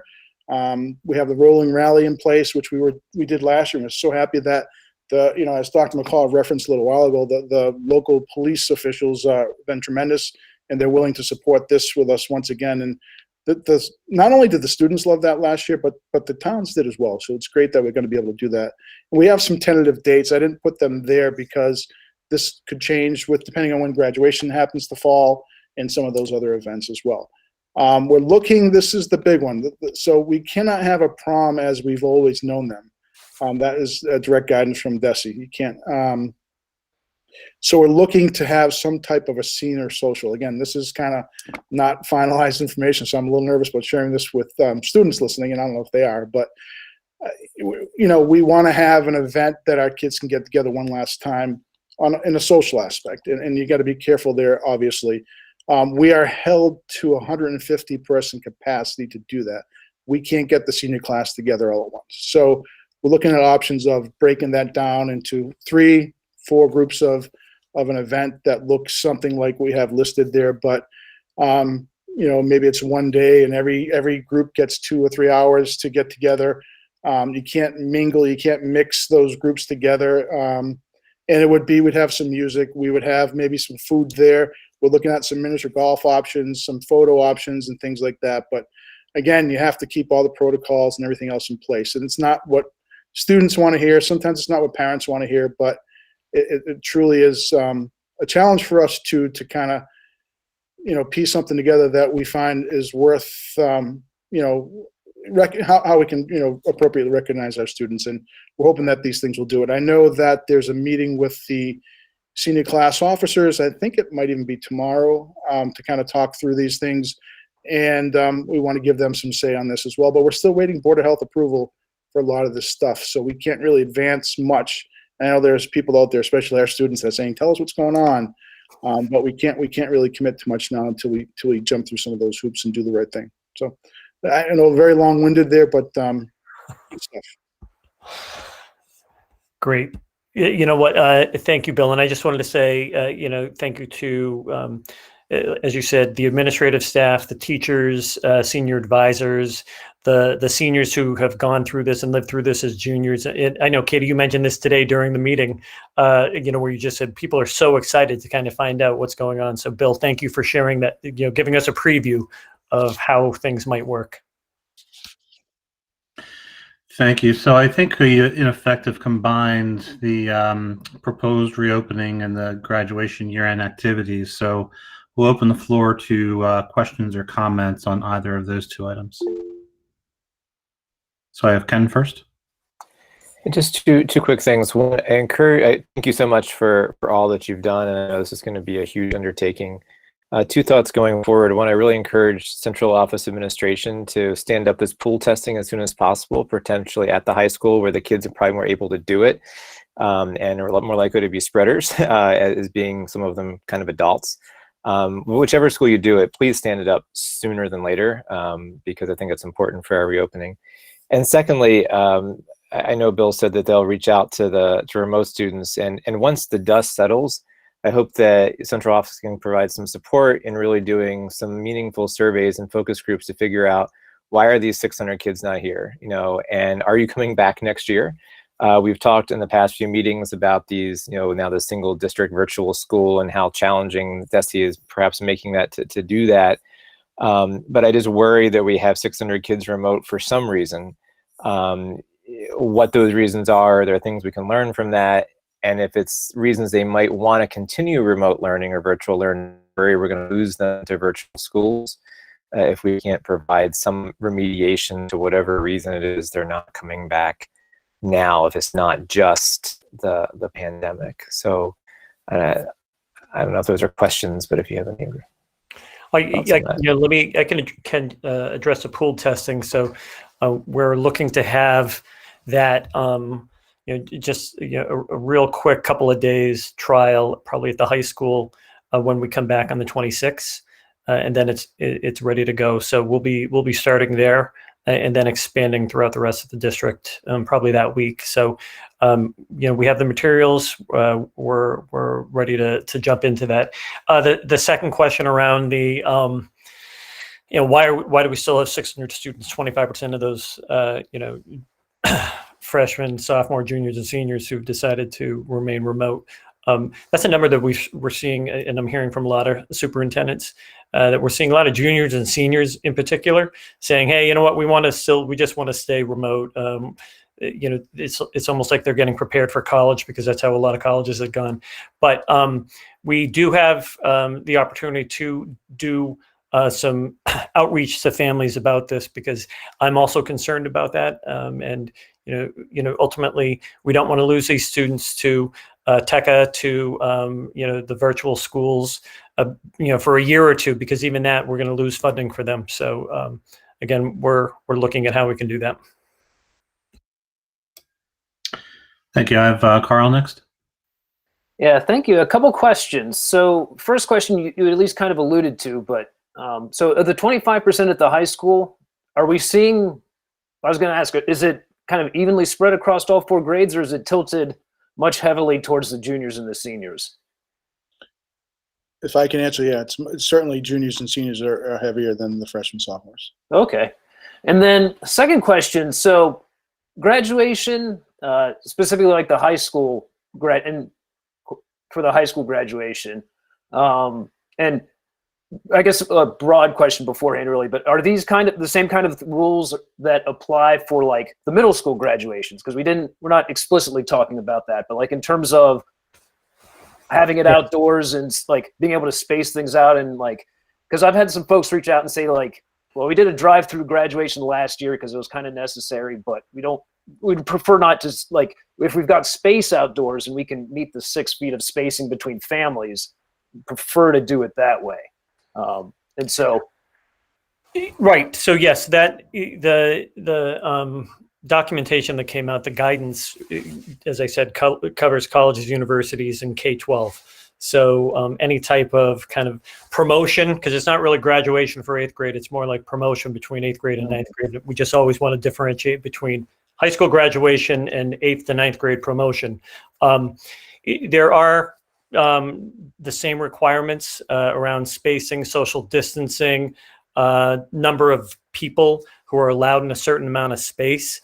So that is all there, Carl. We're going to be talking with building principals, with middle school principals about this this coming week, but it is something that's on our radar as well. We do want to focus on the high school to make sure we're getting that down completely as well. So we'll share with you some of that information in the future. and then just so question, kind of clarifying, like with the high school though. So if we were to have, so thinking of the field, the football field, if we wanted to put all 500 down on the field, not parents, not anything like that. So if it was a 500-person gym class, we could have them out there, the students out there sitting 3 feet apart. Correct? That's correct. Yes, that is correct. So is there a reason why we couldn't have just the students 3 feet apart in the infield and then try and work on spacing parents, family members out around it? So the guidance is, I reviewed this today because I had that same question, Carl. The guidance is really specific. It says 6 feet. So the guidance says 6 feet between groups. It doesn't say 6 feet between students. So if that is an option, it certainly would probably be pretty good at least to look at and see if we could make something work that way. And it might be more challenging because it says 6 feet between individuals or household groups where possible. So if we could swing it that it's only the students, the state's already said 3 feet for students is just fine. So maybe we might be able to be creative and work something out with this, that we get all of them together. It might be a little trickier for the parents and the family members, but we might have an option there. I like that interpretation. Yeah. I think the other thing that we have to take into consideration, Bill, correct me if I'm wrong, is just the number of people who were allowed in that particular space at one time. Correct? Yeah, no, it's more the for open school-based graduations. There really isn't a huge cap on the amount of people you can have. That's more for arenas and these. Okay. Not necessarily for that, but it does come down to how many can you fit. Because if you're 6 feet distance, and I'm trying to remember because we had to do this for last year, you can really only fit on the large side of our bleachers, which we'll call it the home side for lack of a better term. I believe it was only 250 or so folks there, and you couldn't fit anywhere near. I think we were looking at 150 students or 125 students at once on the field because of that distancing at that time. I did look through, and it does say, I was interpreting it as 6 feet between students, but it does say while they're waiting in line. So maybe there's a difference as they're sitting. But you're right, they're sitting 3 feet apart in the building, which is less. It's not open air. So then you come down to is there a visual? Can you see your child? Where are they facing? How do you do all that? But that's stuff we would encounter. We'd have to figure out. Thank you. I have Mike Pantos next. Thank you. Excellent presentation. Thank you, Mr. Biando, for being a part of this meeting. I appreciate it. I would say the rolling rally last year, I know, was a spectacle for everyone in my neighborhood. The whole town seemed pretty excited to have that going on, so I'd encourage the district to do that again. A few questions. One is, can upperclassmen eat, if they say they drive to school, are they allowed to eat in their cars? Is that an option for lunch? If I can answer, no, it's not. No. May I ask why? We can't supervise them. We're not sure that are comfortable that they'd be alone in cars. There's a lot of things, masks off. I've talked to a bunch of other schools that they spend their day chasing cars because there are multiple kids in cars. We just would rather avoid that. And I'm not a big fan of cars driving off campus in the middle of the day too. I just meant for seating reasons. The other thing was, so we said 75% in person is who's opted for in-person full-time. Do we have an understanding as to why it was not originally why it's not 50%, which I know is what it was in hybrid? Not sure I understand. Why did it increase? Is that what you're asking? So before, in hybrid, we had 50% of students opt for in-person, 50% or 50% opt for hybrid, 50% opt for fully remote. Do we have an understanding as to the reasoning behind why we've increased to 75%? I can kind of give a thought. I think that students and families find it more worthwhile to commit to longer school days and more school days. I think that percentage of students or families just felt that going to school for the 2 days for half days, that just as soon keep the student home and not have to have any kind of worry. I can only speculate that. I don't know that to be the case. But. Okay.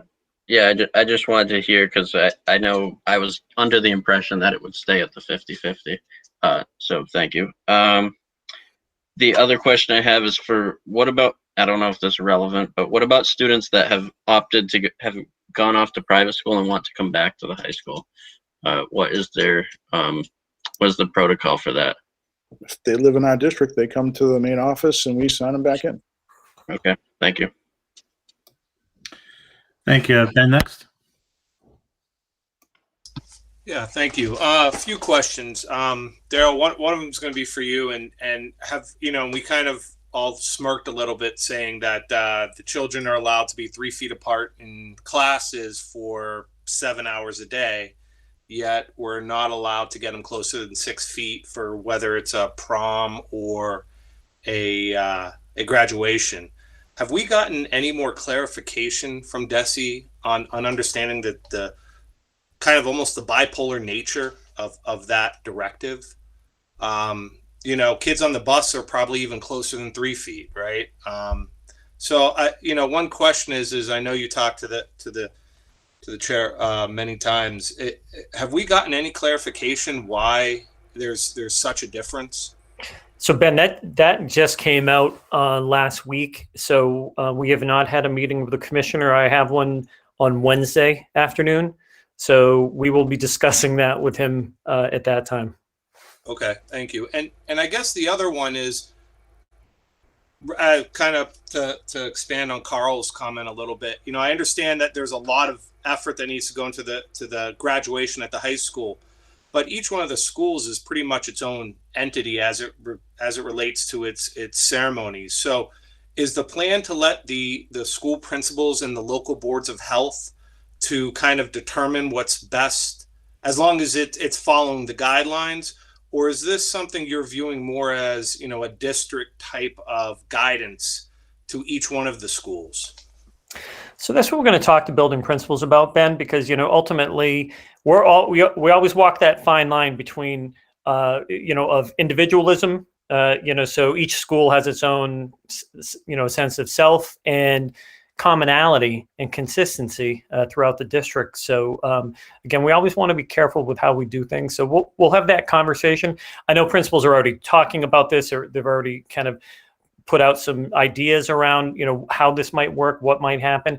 The guidance just came out last week for graduation. So it is something, that's why I'm telling you, high schools have been thinking about this for a long time, and they've been pushing for the guidance. I think now that we're looking at this for, 8th grade, let's say, what we want to do is just ensure we're all on the same page in terms of how it plays out. And you mentioned a good point. Each board of health is its own entity.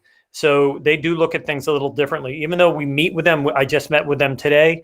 We're on the same page with 95% of things that we do, but each one has its own kind of, I guess, perspective associated with the community in which they represent. So, thank you, Linda Longbleal.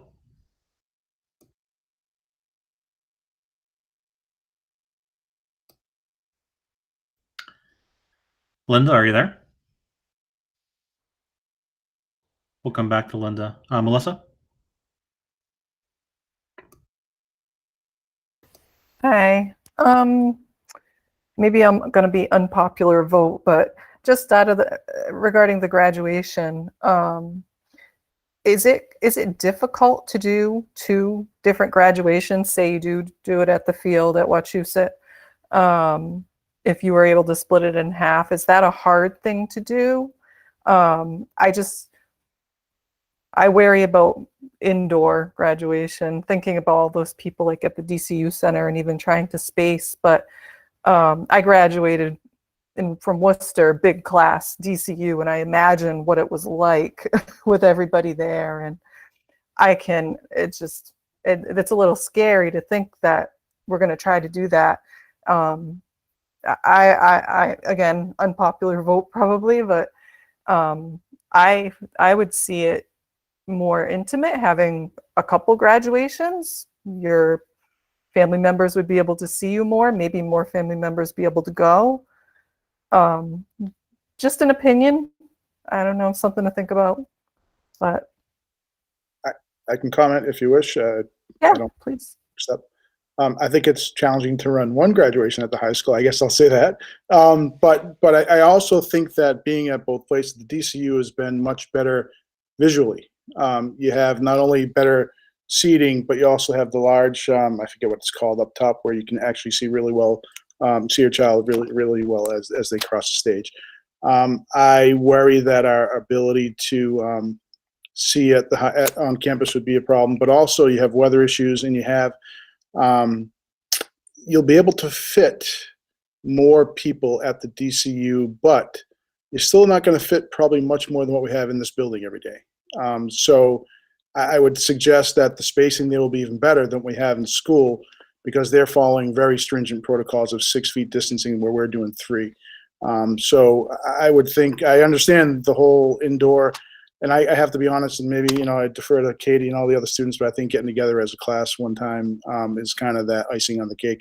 Again, we'll do what we have to do, but that's kind of what we're looking forward to, is we came in as Mountaineers, we want to leave together as Mountaineers.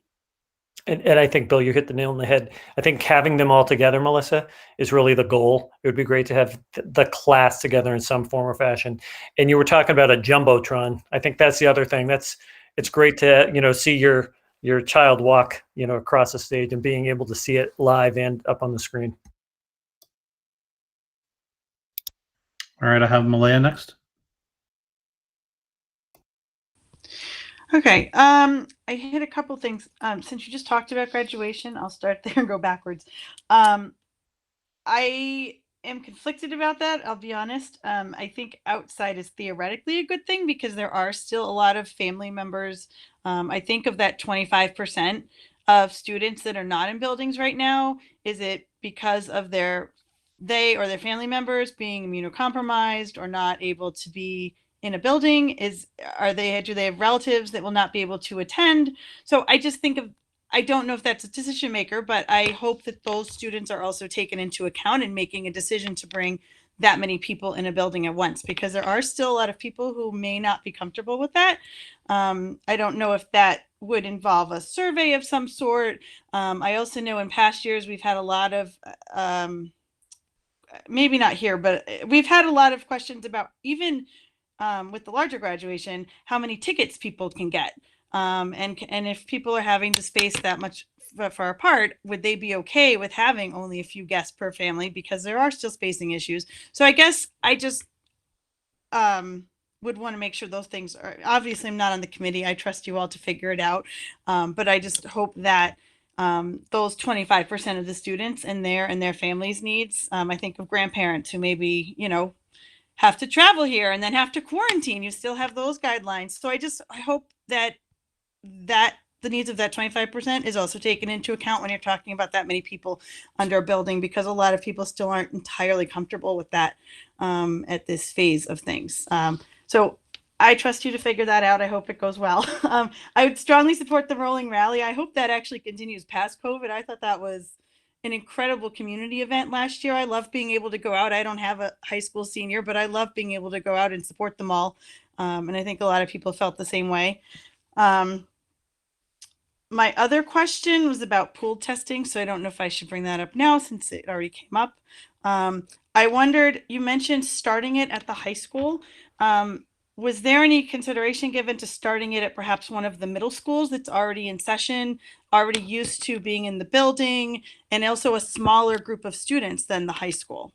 As a pilot, either right before break or right after, but it's a smaller group, but still students old enough to handle the logistics of it themselves or help. Just a question, I guess, logistically, that if we could start it sooner by piloting in a middle school and working out the kinks before we have 1,400 high school kids in a building, that might be a thought.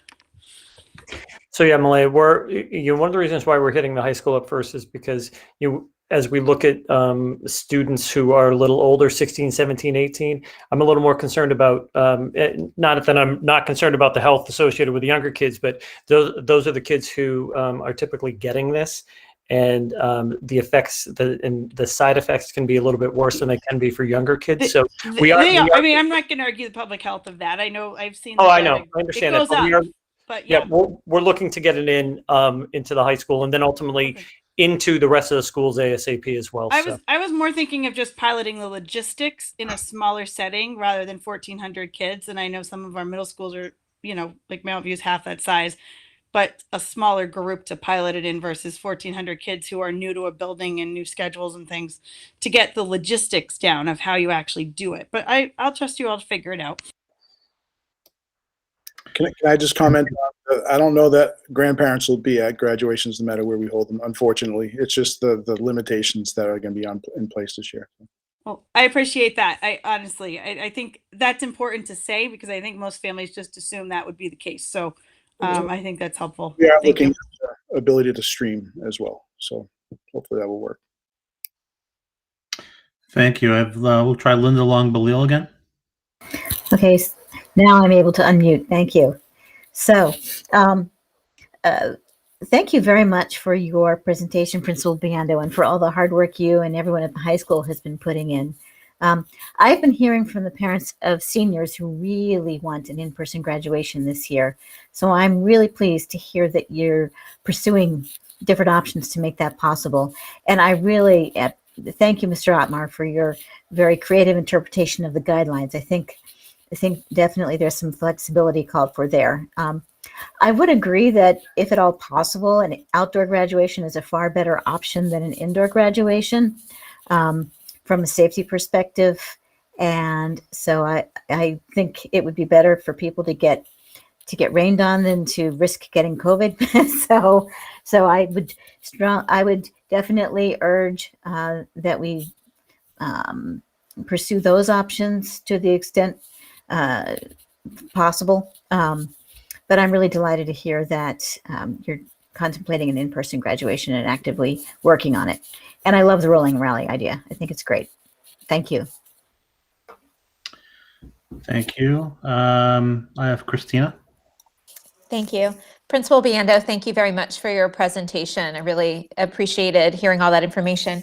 I do have a question about the lunchtime. I think I heard you say that some kids might be eating in the bleachers, and I didn't mean it. I didn't know if it was the bleacher section with chairs or if actually in the bleachers.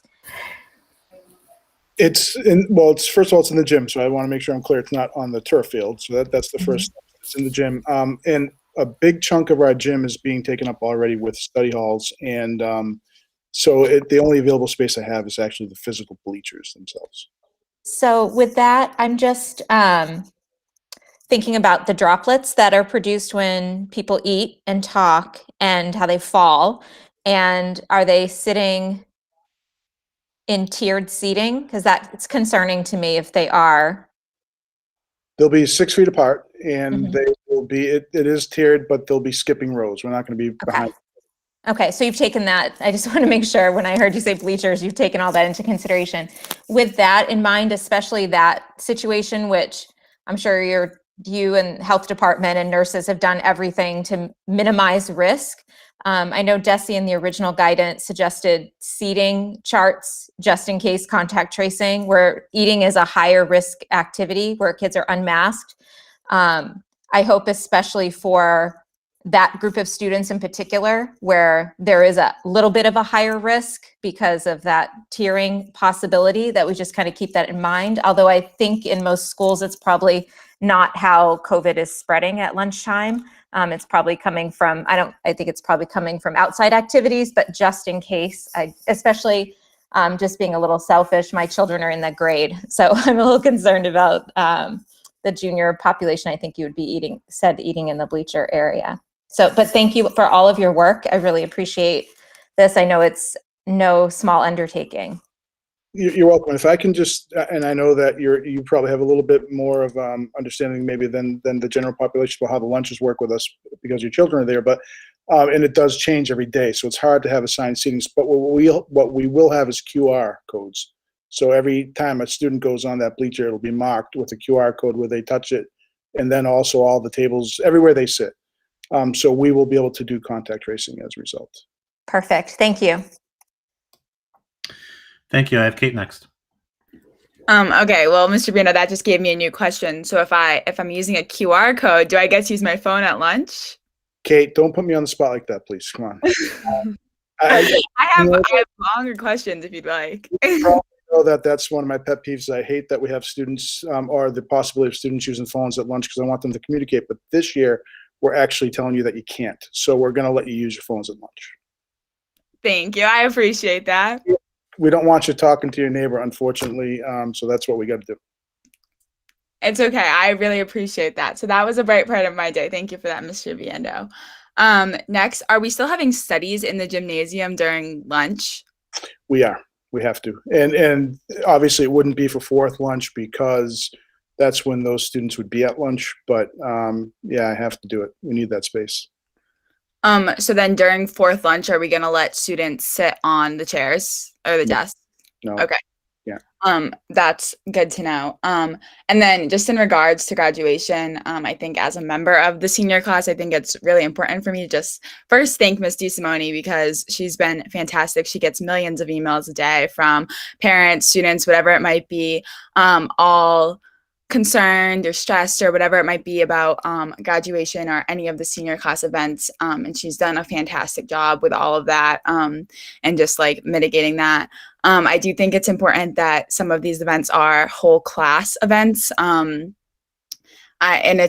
think that we're in a lose-lose situation this year, as hard as it is for me to say as a senior. None of these options are going to fulfill to the extent that I saw my graduation being as I was a kindergartner, as when I was a freshman watching my brother walk across the stage. And it saddens me to know that like I might be saying to, you know, like my brother, he can't come to graduation. But I think do the best you can. And I think that's all we can really ask for at this point. So I do want to thank everyone for their time and dedication and putting this all together, especially in the midst of a pandemic where we're changing remote models every 2 months or so. And so I do want to thank everyone for their time and dedication to that.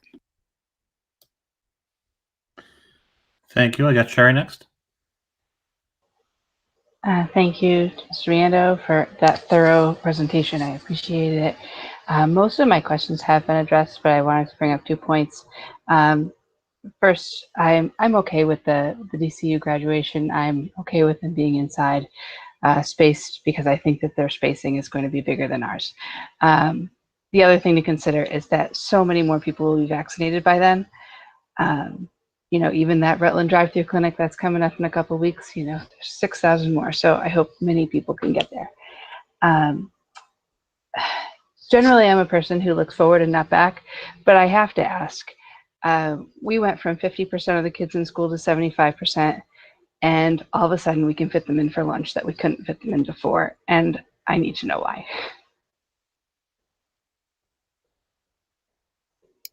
Are you asking me or asking? Daryl? It's my place to answer that, but. Well, why we couldn't fit it? Yeah, it was made very clear that we couldn't fit them in and we were going to have 6 lunches. It didn't make sense. I just don't understand. So, I mean, I think it's great that we're doing it. Don't get me wrong. I don't know why we couldn't fit 50% of the kids in for lunch and now we have 75% of the kids in and we can fit them. So if you guys figured out new spaces or things got moved around, or simply because we're going from 3 feet to 6 feet to 3 feet in the classrooms, now we don't have to use the gyms for lunch, for classroom space anymore. I mean, if that's the case, that's great. I guess I can trying to understand. I guess first of all, I would say my comfort level would be greater to not have lunch. Let me start with that. So I would say that. So I don't make the decision whether we return or not, and I have to work with the decision that's made. I do believe what your last statement was absolutely has a big part in this. I can use that gym now because those students can leave, and with them freeing up that big space, sitting on a bleacher is not ideal at all, and that's not where we thought to go. But once we had to do this, that's the option that we took. I don't have another space to put kids to eat lunch. I was hoping, we were originally thinking of having them eating outside, but then as I sat here and watched all the geese out there, I said, oh, that's not going to be a good spot there. So there's a lot of other things that limit us to what we can do. So to me, it is truly that space freed up to some degree, and that we were given the green light to allow us to use that space as well without desks and whatnot. So that's where from my point of view, where the decision got made. And I agree. Using the bleachers is really the only way that we could do this, because otherwise there are no other spaces available, and there weren't any spaces available prior to this as well. Okay. Any other discussion on high school reopening or end of year activities? It sounds like the only thing that I think was left to do in your presentation was bus routes. Are there any other threshold items that need to be done in order for us to call the 26th done, or are we there? I think we're there. Bill and his team, they've done a fantastic job just getting everything prepared. Bus routes, I believe, will be ready, within the next couple of days. We also have a week in between, so that's helpful for pulling some stuff together if we need to pull some final items together. As Bill mentioned, looking at some classroom spaces, still finalizing some of those items, but I'd probably, Bill, you're probably 95, 96% there, correct? Yeah, we have some work to do. We certainly have to figure out some of those smaller things we just talked about, but also some of the bigger things are we talked about half of the school having the appropriate amount of desks, and the other half still doesn't. So we're getting some desks delivered. Those rooms will be set up over break, so that kind of puts us in a little bit of crunch time there, but we'll get it done, and we'll be ready for it. But I think just the sharing of information at this point is one of the bigger things we got to get done. Great. Thank you, and thank you, Bill, for joining us tonight. Appreciate your flexibility. All right, moving on. The next item we have under the superintendent's report is the deputy superintendent interview process. I'll turn it to Daryl for that. Daryl, I think you're on mute. I apologize. Let me just present my screen.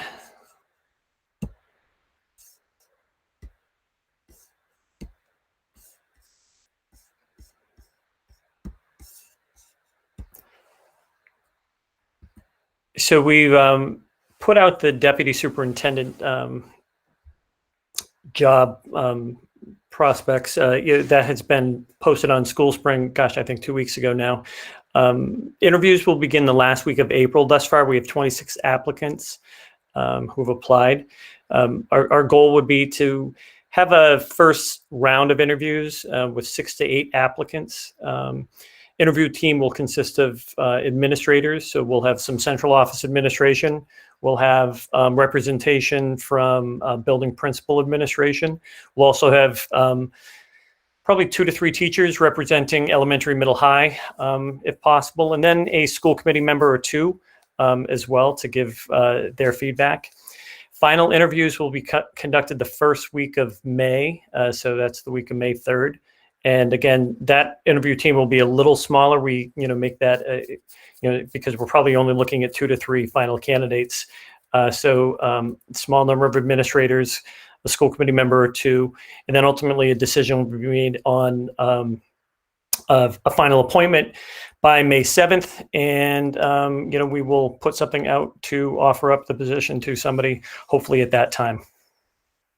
So that's where we're at with that. What I will be doing is reaching out to school committee members or through Chair Dennis to ask for volunteers to sit on the 2 interview committees. Again, we only need a couple of people, so we don't need 4 or 5. We just 1 or 2 ultimately, but that would be helpful for us moving forward. Yeah, so I'll ask, with that in mind, if there's anyone on the committee that has an interest on serving on the interview committee, just to drop me a note, and we'll go forward in that way. Any questions or discussion on the interview process? Can we clone Bob Burlow?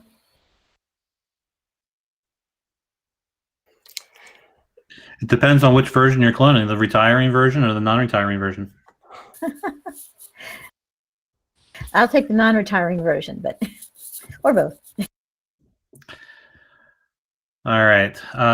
With nothing else, we'll move on to superintendent evaluation. So what we'll do here is we'll take this in 2 parts. Under superintendent discussion, we'll give Darryl an opportunity to talk about his self-evaluation and the evidence that he's put forward. I believe he sent something out just prior to this meeting.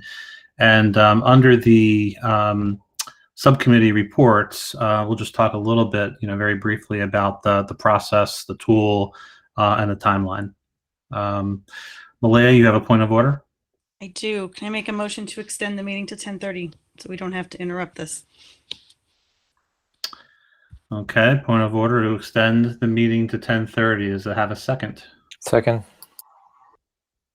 It's been made and seconded. Randy, can you call the roll? This is a motion to extend to 10:30. Member Ayala? Ayala, yes. Member Gustafson? Yes. Member Haber? Haber, yes. Member Ember? Member Kirschenbaum? Kirschenbaum, yes. Member Knowlton? Knowlton, yes. Member Long-Belil?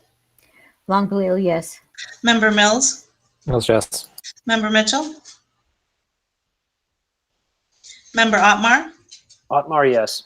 Member Pantos? Pantos, no. Member Shapiro? Shapiro, yes. Member Silva? Member Smith? Smith, yes. Member Sullivan? Member Sullivan? Member Williamson? Williamson, yes. Member Woodland? Woodland, yes. Member Young? Young, yes. Chair Dennis? Dennis, yes. So thank you for that. And with that, we'll turn it over to Darryl. Thank you, Mike. So what I'd like to do is quickly just kind of give you a brief overview of what was shared with you this evening in terms of my evaluation narrative. Just kind of an overview of what's in the document that you'll be using. And Chair Dennis, I've also put together some slides at the end. If you want to talk, I wasn't sure whether or not Member LaVoy would be here, but if you want to talk through the timeline for this, we have that available as well. So what I'll do is share my screen again.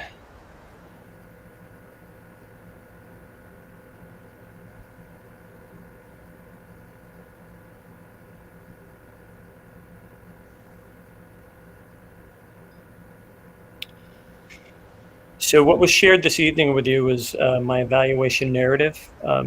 Basically gives you an overview of what I've done this year in terms of actions, not only toward goals, but everyday actions that have really been ongoing since this pandemic has been going on, as well as everything else that we've been living through. But 4 standards that were chosen by the subcommittee and myself as we looked at my goals included instructional leadership. Those are indicators A and B. Management and operations are indicators A and C. Family and community engagement, which is B and D, and professional culture, C and D. And what we have is that under each one, if we click on this, this is the superintendent's evaluation rubric. So what's nice is that there are hyperlinks throughout this document, and this actually shows you the standards, the indicators, and the elements that go along with what you're looking at in terms of some of my goals and evaluation items. So that's built right into the document itself. That's on the bottom of every page. Then there's also the online evaluation questionnaire. When you click on that, you'll be asked to fill out information right through that document as well. And I'm not sure if Barry wants to talk about that because Matt is not here this evening. I'm not sure where we'll go with it, but we'll leave it at that. Again, there's a table of contents. The table of contents gives you basically everything that I talk about throughout the rest of the document. So the first part is a quick introduction. I then go through kind of the COVID-19 response, how we've kind of gone through since last July, ultimately the past 9-10 months, and what we've been doing, what I've been doing as leader of the district. So we talk about the remote learning model, the hybrid learning model, the full in-person learning model, a little bit about the vaccinations of our staff. I go through FY21 grants, talk about FY22 budget, ultimately the vision for the school year. And then I have my goals, and under each goal, there's a link. So if you click right on this area where the goal is, that will bring you directly down to the goal in the document. So you don't have to scroll through if you just want to come back to this. And under each one of the goals, there's also links, not links, but tie back to standards that go back to what the goals are actually doing and which standards apply to those goals. So if you go down, each page kind of has that breakdown. As you go through the document, please note that there are hyperlinks built into the document. So if you click on the CDC link, that will bring you to a CDC website. If you click on the initial recommendation report from the task force, that brings you directly to the recommendation report from the task force. That is, that's part of the entire document. And you'll note that through some of these paragraphs, you'll also see this particular item applies to standards 2A and C, as well as 3B and D. So I tried to tie those back in as well for people so that you could see, even though it wasn't necessarily a goal, actions that I still had during and made during the school year did apply back to the standards that we were looking at collectively as an evaluation subcommittee as well. So again, the document has all of these items built in, a lot of hyperlinks throughout the document. And I'm trying not to make people sick as I scroll through this. There is information pertaining to all of the grants. There is also information pertaining to the budgets, or FY22 budget, which includes all of the breakdown by appropriations, which was shared with our 5 towns and school committee. Also, vision for the school year, goals. This link brings you to the 4 goals. The goal worksheet that was created and approved by school committee. Each goal has items associated that tie back to links as well as evidence. So as you go through the goals, you'll note that there is evidence tied back to each one of the goals. And again, this goal is that first goal was a little longer in terms of the amount of information that was in there. As you kind of scroll back down through, there's information still pertaining to all the goals, survey information about the surveys that have been sent out.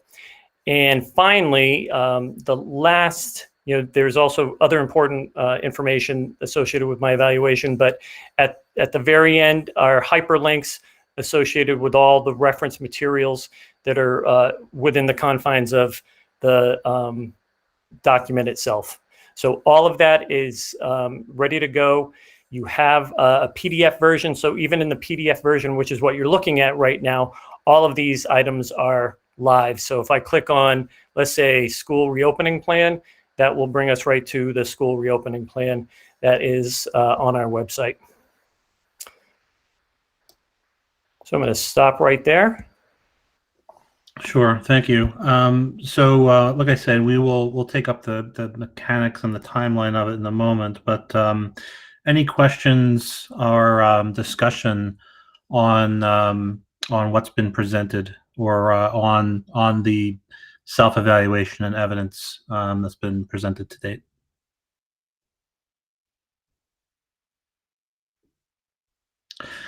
Seeing done, then maybe what we'll do is just take an item out of order and go to the superintendent evaluation subcommittee report and just talk about the mechanics a little bit of that.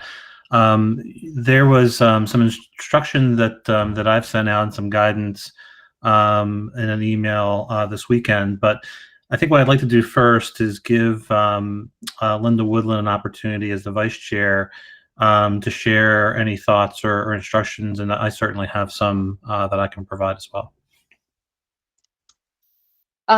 So just bear with me. I wasn't expecting to be doing this portion of the meeting. But basically what we've been working on in the Superintendent Goals and Evaluation Subcommittee after some reorganization ourselves, we've been talking about how to make the instructions a little bit clearer for when it comes to time for the full school committee. So one of the pieces that we wanted to highlight was about the amount of time that it takes for doing this evaluation. It's one of the core functions of the school committee. The evaluation is released now. The tool should be opening up for the school committee I believe tomorrow, and we'll be closing on April 23rd is what I have down. And then after that, the members of the subcommittee will collate the sections and basically put all members' comments together and scores together and then discuss as a subcommittee. And eventually it will go through our chair, who will present the final report to the full committee. So one of the other aspects that we talked about was the importance of comments. I believe officially, if you're rating proficient, you don't necessarily have to have a comment, but they are helpful when putting together a full view of the evaluation to make sure that your voice as a school committee member is heard and can be part of that final narrative. And let's see, I think those were the main two pieces. And then I don't know, Chair Dennis, if there's anything else that would be you'd want me to highlight or what. Otherwise, I'm ready to pass it back to you. Sure. No, thanks. No, that was great. I think you covered a couple of key points and logistics.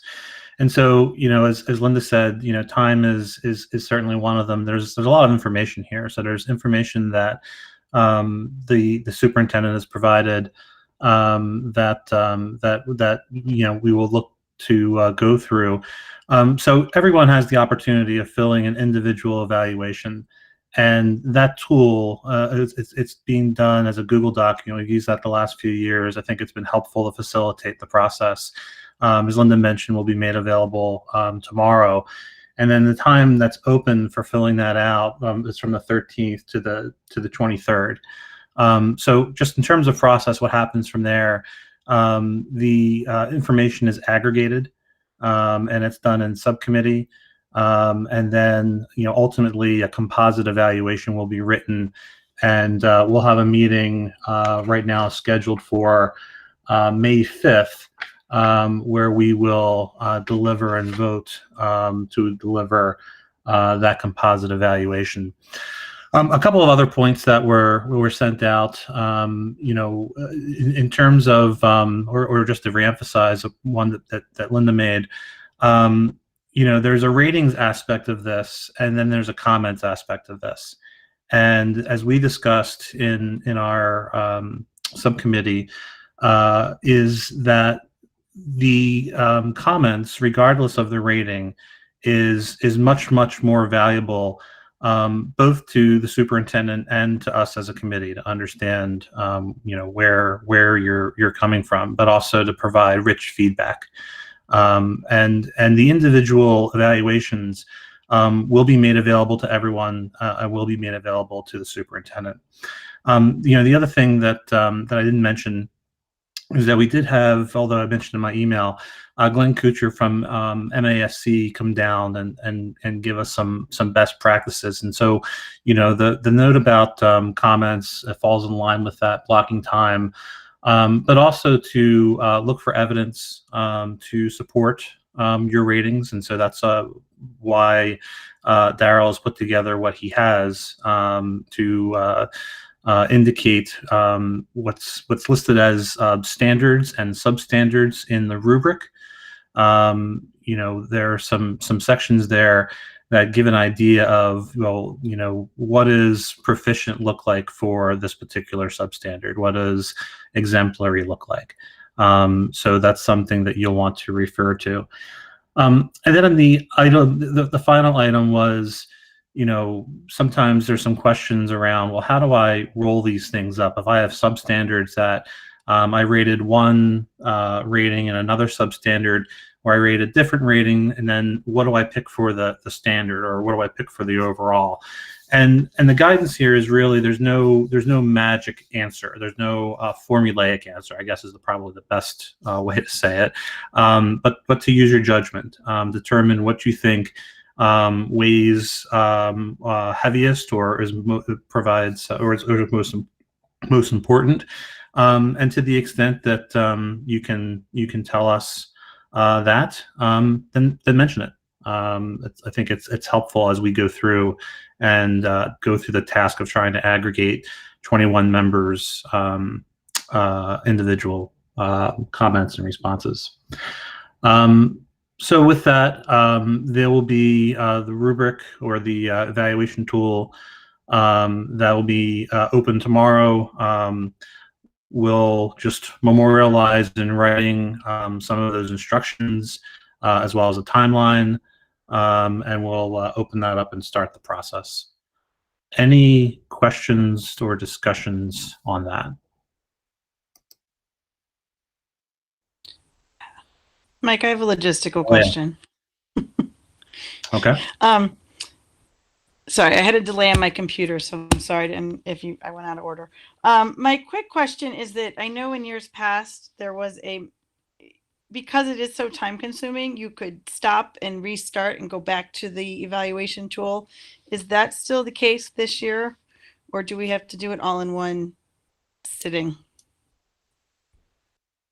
Is Barry online? Yes, I am, but I don't know the answer to that. Let me. You talk about saving your progress on the form. I know it's a feature that is available, but I haven't used it yet. Yes, so, I recall. I mean, I know I did this in the past because one of them I did while stranded in an airport for 24 hours, and so I had a lot of starts and stops, and I did. So I wondered. I found it personally kind of useful to be able to do that because sometimes you get interrupted and you hate to lose work if you are leaving comments. But again, I just was checking on that logistical question. Well, if you were able to do it last time, I suspect you'll be able to do it this time. You can also go back and edit your responses at any time before it closes. So So maybe perhaps, that's what I did. You can I weigh in don't on remember. that before the instructions go out, and we can instruct people on how to do that as appropriate. Thank you for checking. Any other questions or comments? Seeing none, we'll move into recommendations requiring action by the school committee. I'd entertain a motion to approve the 2021-22 school calendar. So moved. Second. It's been moved and seconded. We'll open for discussion. Actually, maybe before we open for discussion, Daryl, if you can kind of walk us through, give us a brief overview of the calendar. Sure. So again, thank you, Chair Dennis. One of the things that we wanted to do this year was, as we've talked through the concept of having parent, guardian, teacher conferences a little more regularly, especially at the middle school level. It's something that we've talked about for many years, and we're attempting to put forth some times that allow us to do that this year. So we did talk with the teachers union about this. So one of the big differences with this calendar is that you'll note that there are still half days associated with PD, and the expectation is not that teachers would go home on those half days, because I think some people had that question, had asked that of me before. But this year coming up is going to be like a traditional school year moving forward. But November 2nd would be a day that we put aside for our conferences, as well as a half day Wednesday afternoon. We do not have enough time for some of our schools to get through and really meet with parents in a manner where, we have some teachers that see 110, 120 students. So we did want to, allow them the opportunity to at least talk with parents, have parent guardians come into the school. There would still be the possibility for some remote, as I think everyone's a little more comfortable with that now than they were maybe 2 or 3 years ago. But that's really the major change for us in terms of what we looked at for this particular calendar. And I think it's a step forward. It's something that most districts do, where they have time set aside for parent guardian conferences. And I really feel as though it's a step forward for us. Thank you. I have Ken. That's great, and I appreciate that. The past 4 years, I couldn't display my crankiness with the calendar, but now that I'm just a member and not chair, I can be cranky for a moment. I threw together an ad hoc subcommittee a couple of years ago to look at like vacations. I know that was kind of a mixed bag. I do think we were forced to be creative this year, right, with all these crazy changes to the calendar. I hope that going forward we can use that creative energy to address the ridiculously early time that our high school starts, which I know the subcommittee looked at. It for a brief time, and Kate might smile at this, was reasonable when they were remote. And now it's back to not following the scientific guidelines for when high school students should really be starting. We've shown we can be creative when we have to. I think we have to, in my just one person opinion, follow the science at some point and really do something about this. So I may vote no just as a like stake in the ground to my crankiness about this. I appreciate what you've done otherwise with the calendar, but I just throw that out there.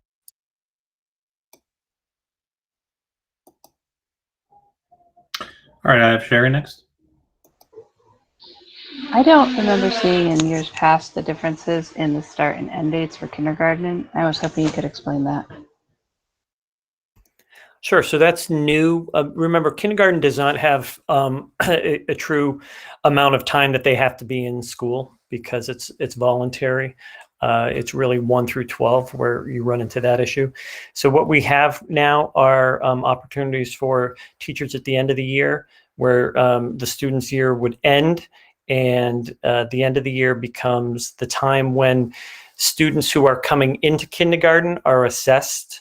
So we do the assessment prior to them actually coming into the school. In the past, what we've done is we've had the assessments happen at the start of the school year, and teachers are trying to go offline, or they have a substitute, or we have somebody else from another school, maybe one of our itinerant staff members, do the assessments. So this was something we've been talking about now for 2 years, and we made this modification this year, and we'll continue to do that. So that makes sense for the end. How about the beginning? What's with the 1 day difference? 1 day differences at the beginning is just to bring them in slowly. So again, that's something that some of the schools have done, where that first day is like a open house. So families bring their kids in, walk them around a little bit, they go home. The next day they start for real.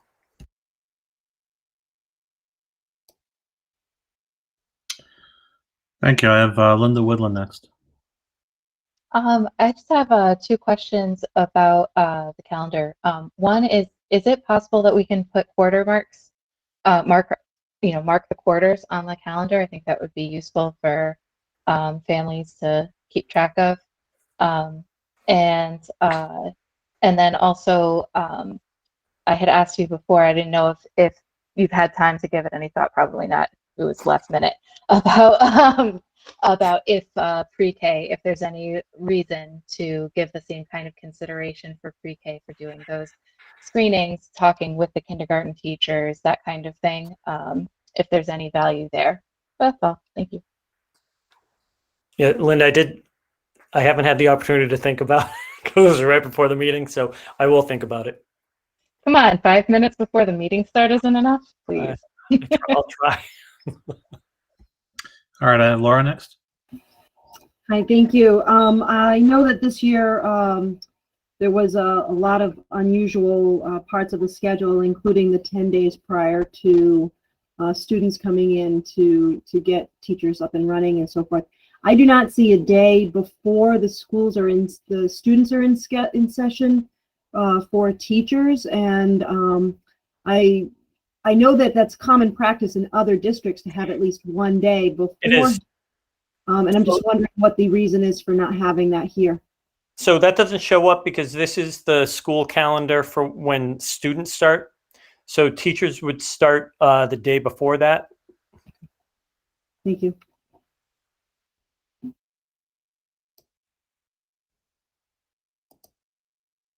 Carl.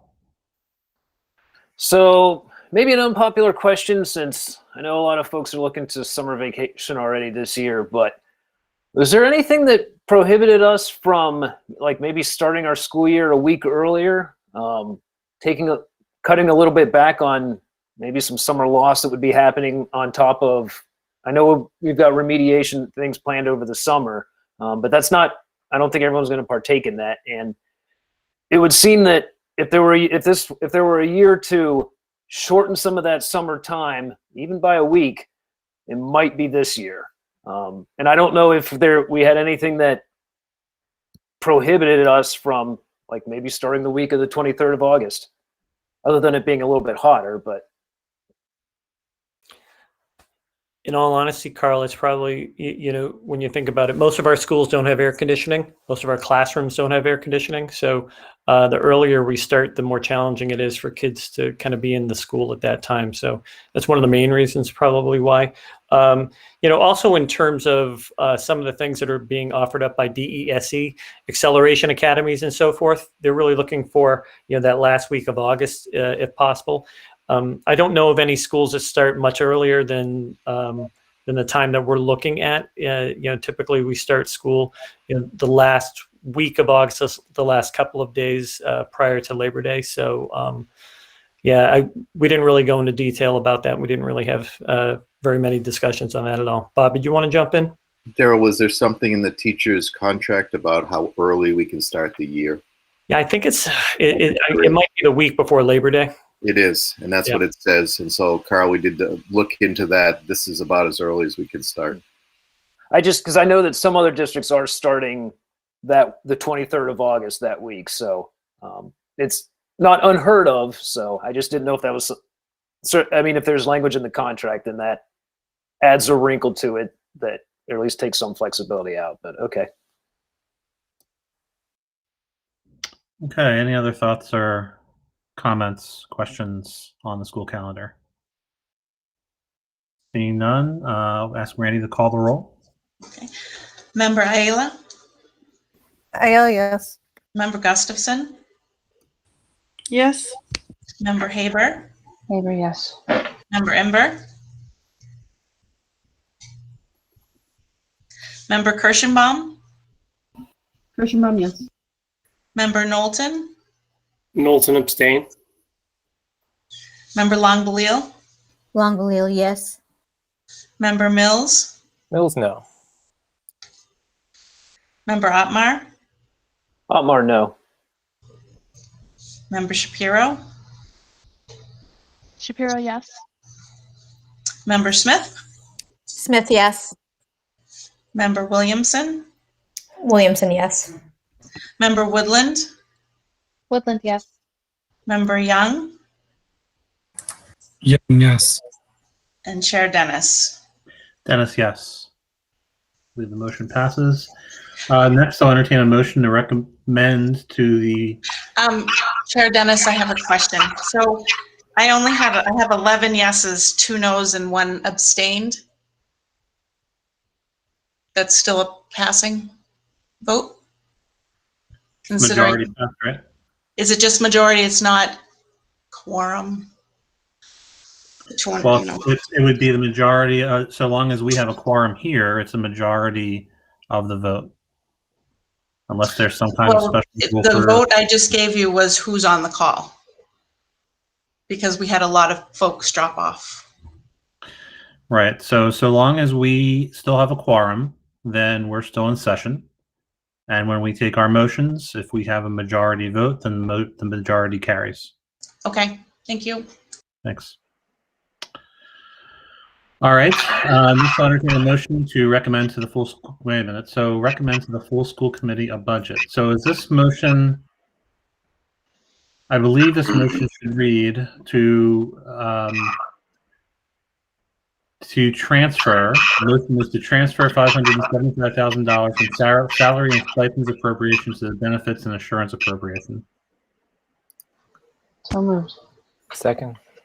It's been moved and seconded. I don't know if Ken or Dan want to give a brief I can give you a brief explanation if that's okay, Dan, and you can follow up if I'm wrong. Sure, go ahead. Just quickly, the motion is to transfer money from stipends into benefits for a couple of reasons. One, we have money left in stipends, in salaries and stipends because there are positions that we didn't hire this year, moving it into benefits primarily because usually that we would use school choice to pay for benefits. We're trying to move school choice forward this year instead. So we need to find funds to fill in for school choice. And also we're also trying to fill in something with school lunch revolving as well for benefits. Is that fair, Dan? Spot on. Good student, Ken. Any questions or discussion on the motion? Seeing none, Randy, Member Ayala? Ayala, yes. Member Gustafson? Yes. Member Haber? Haber, yes.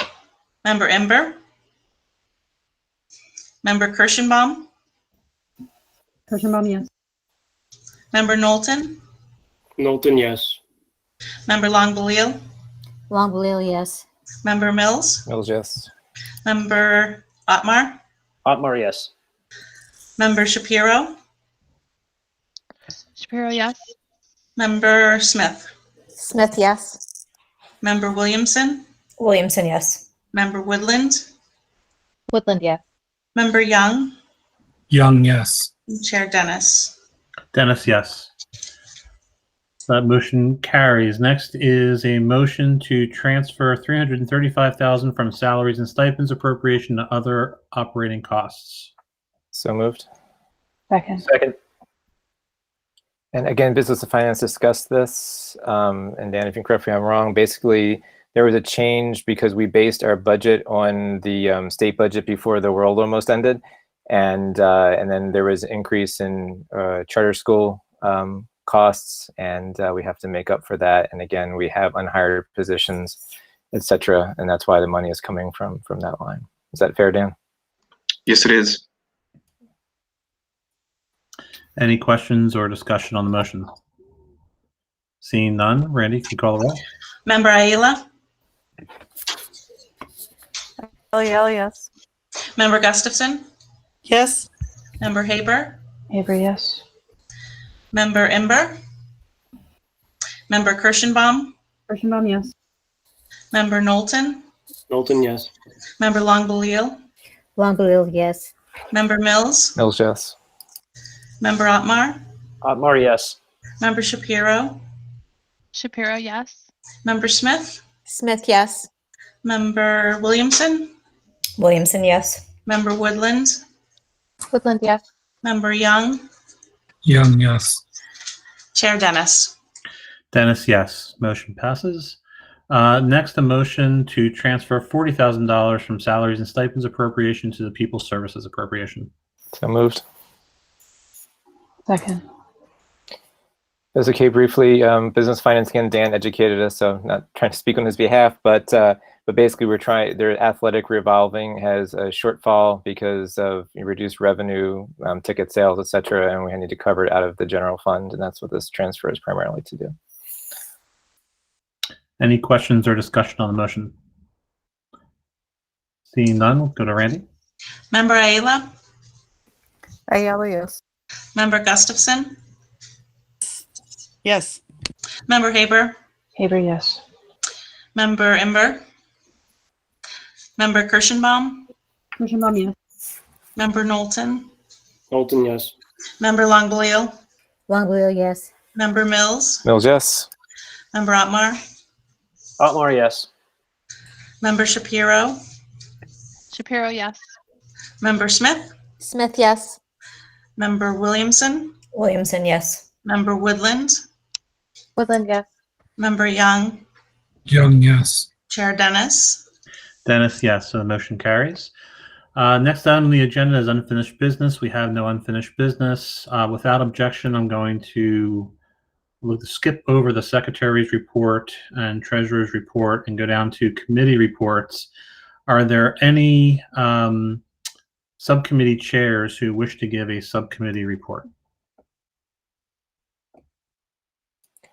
Business finance can be very brief, if that's all right, Mike. Go right ahead. So we talked about those things.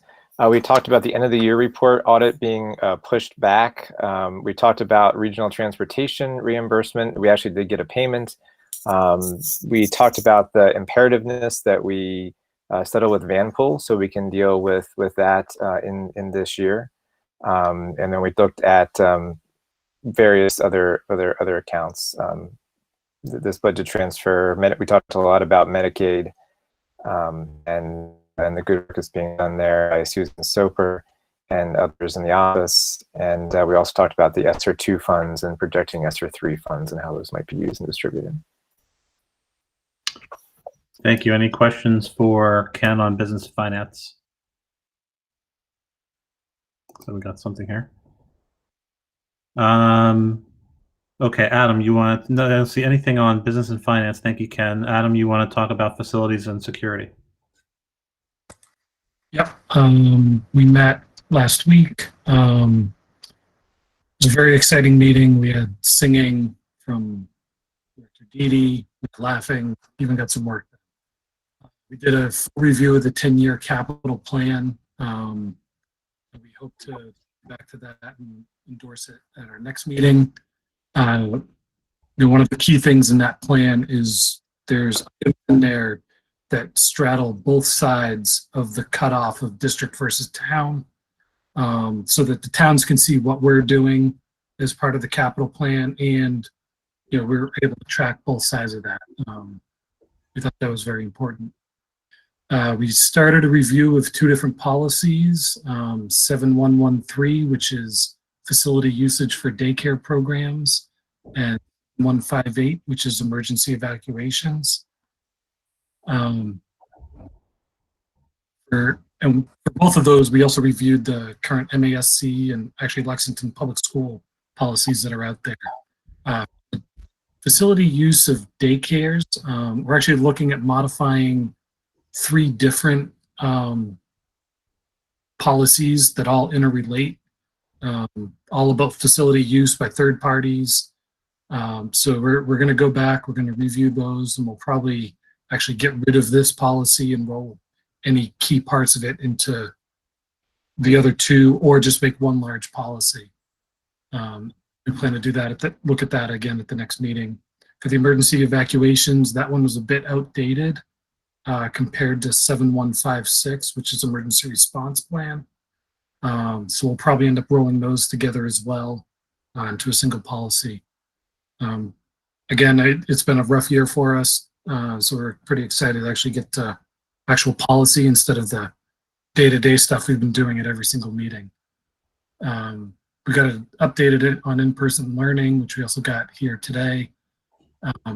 And during the meeting, we definitely expressed our thanks to Spencer East Brookfield for lending us those desks for the school year, or the remainder of this school year, and also recognize the hard work of the Wachusett staff that had to go and actually get all of those desks, got them back to our district and the schools in a third of the time that it was originally planned for. So, you know, thank you to them for getting that done very quickly so that we could open. You know, then beyond that, we also talked about ESSER 2 grant. And then we went into a brief executive session just to discuss some security measures. Any questions?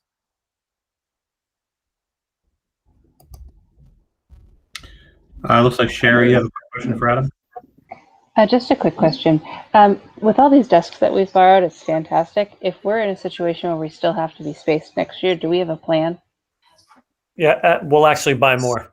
So one of the things that we're doing is we're holding out. I don't want to purchase another 400 or 500 desks and then have you know, them say, oh, guess what? You don't have to be distanced anymore. So I'm trying to be conservative with that. We did buy more desks already, and we have more coming in for the high school.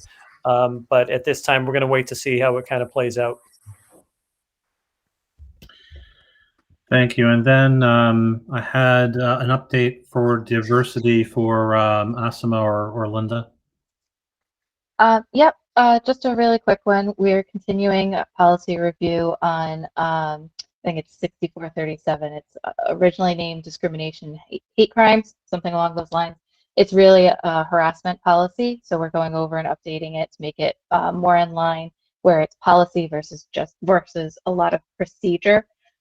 So making it more user-friendly, I guess you could say. And we'll continue working on that tomorrow night as well. Thank you. Any questions on diversity? Seeing none.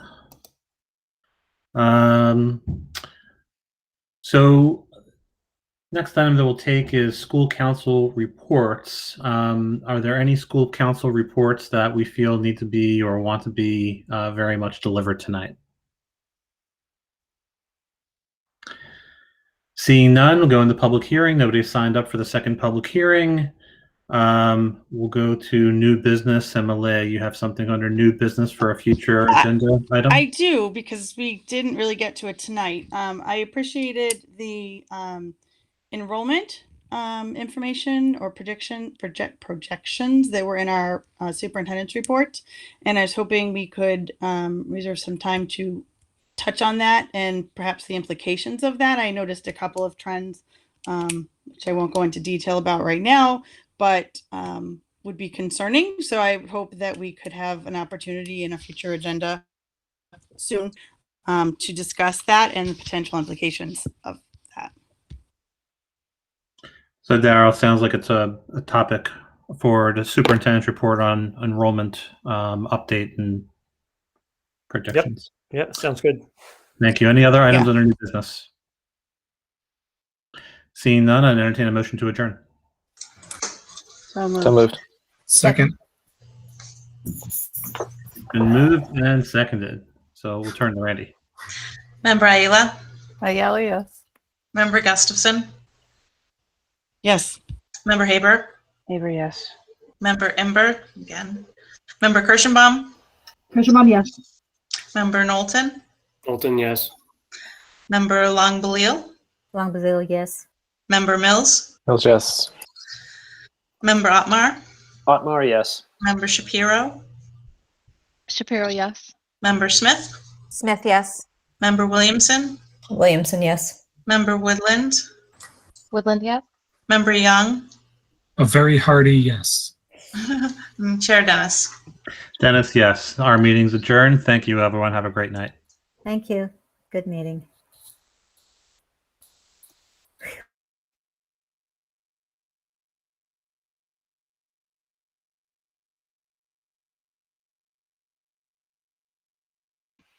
Thank you, Randy. Well, thank you. See you tomorrow. You know it. Thanks, Bye. Gary.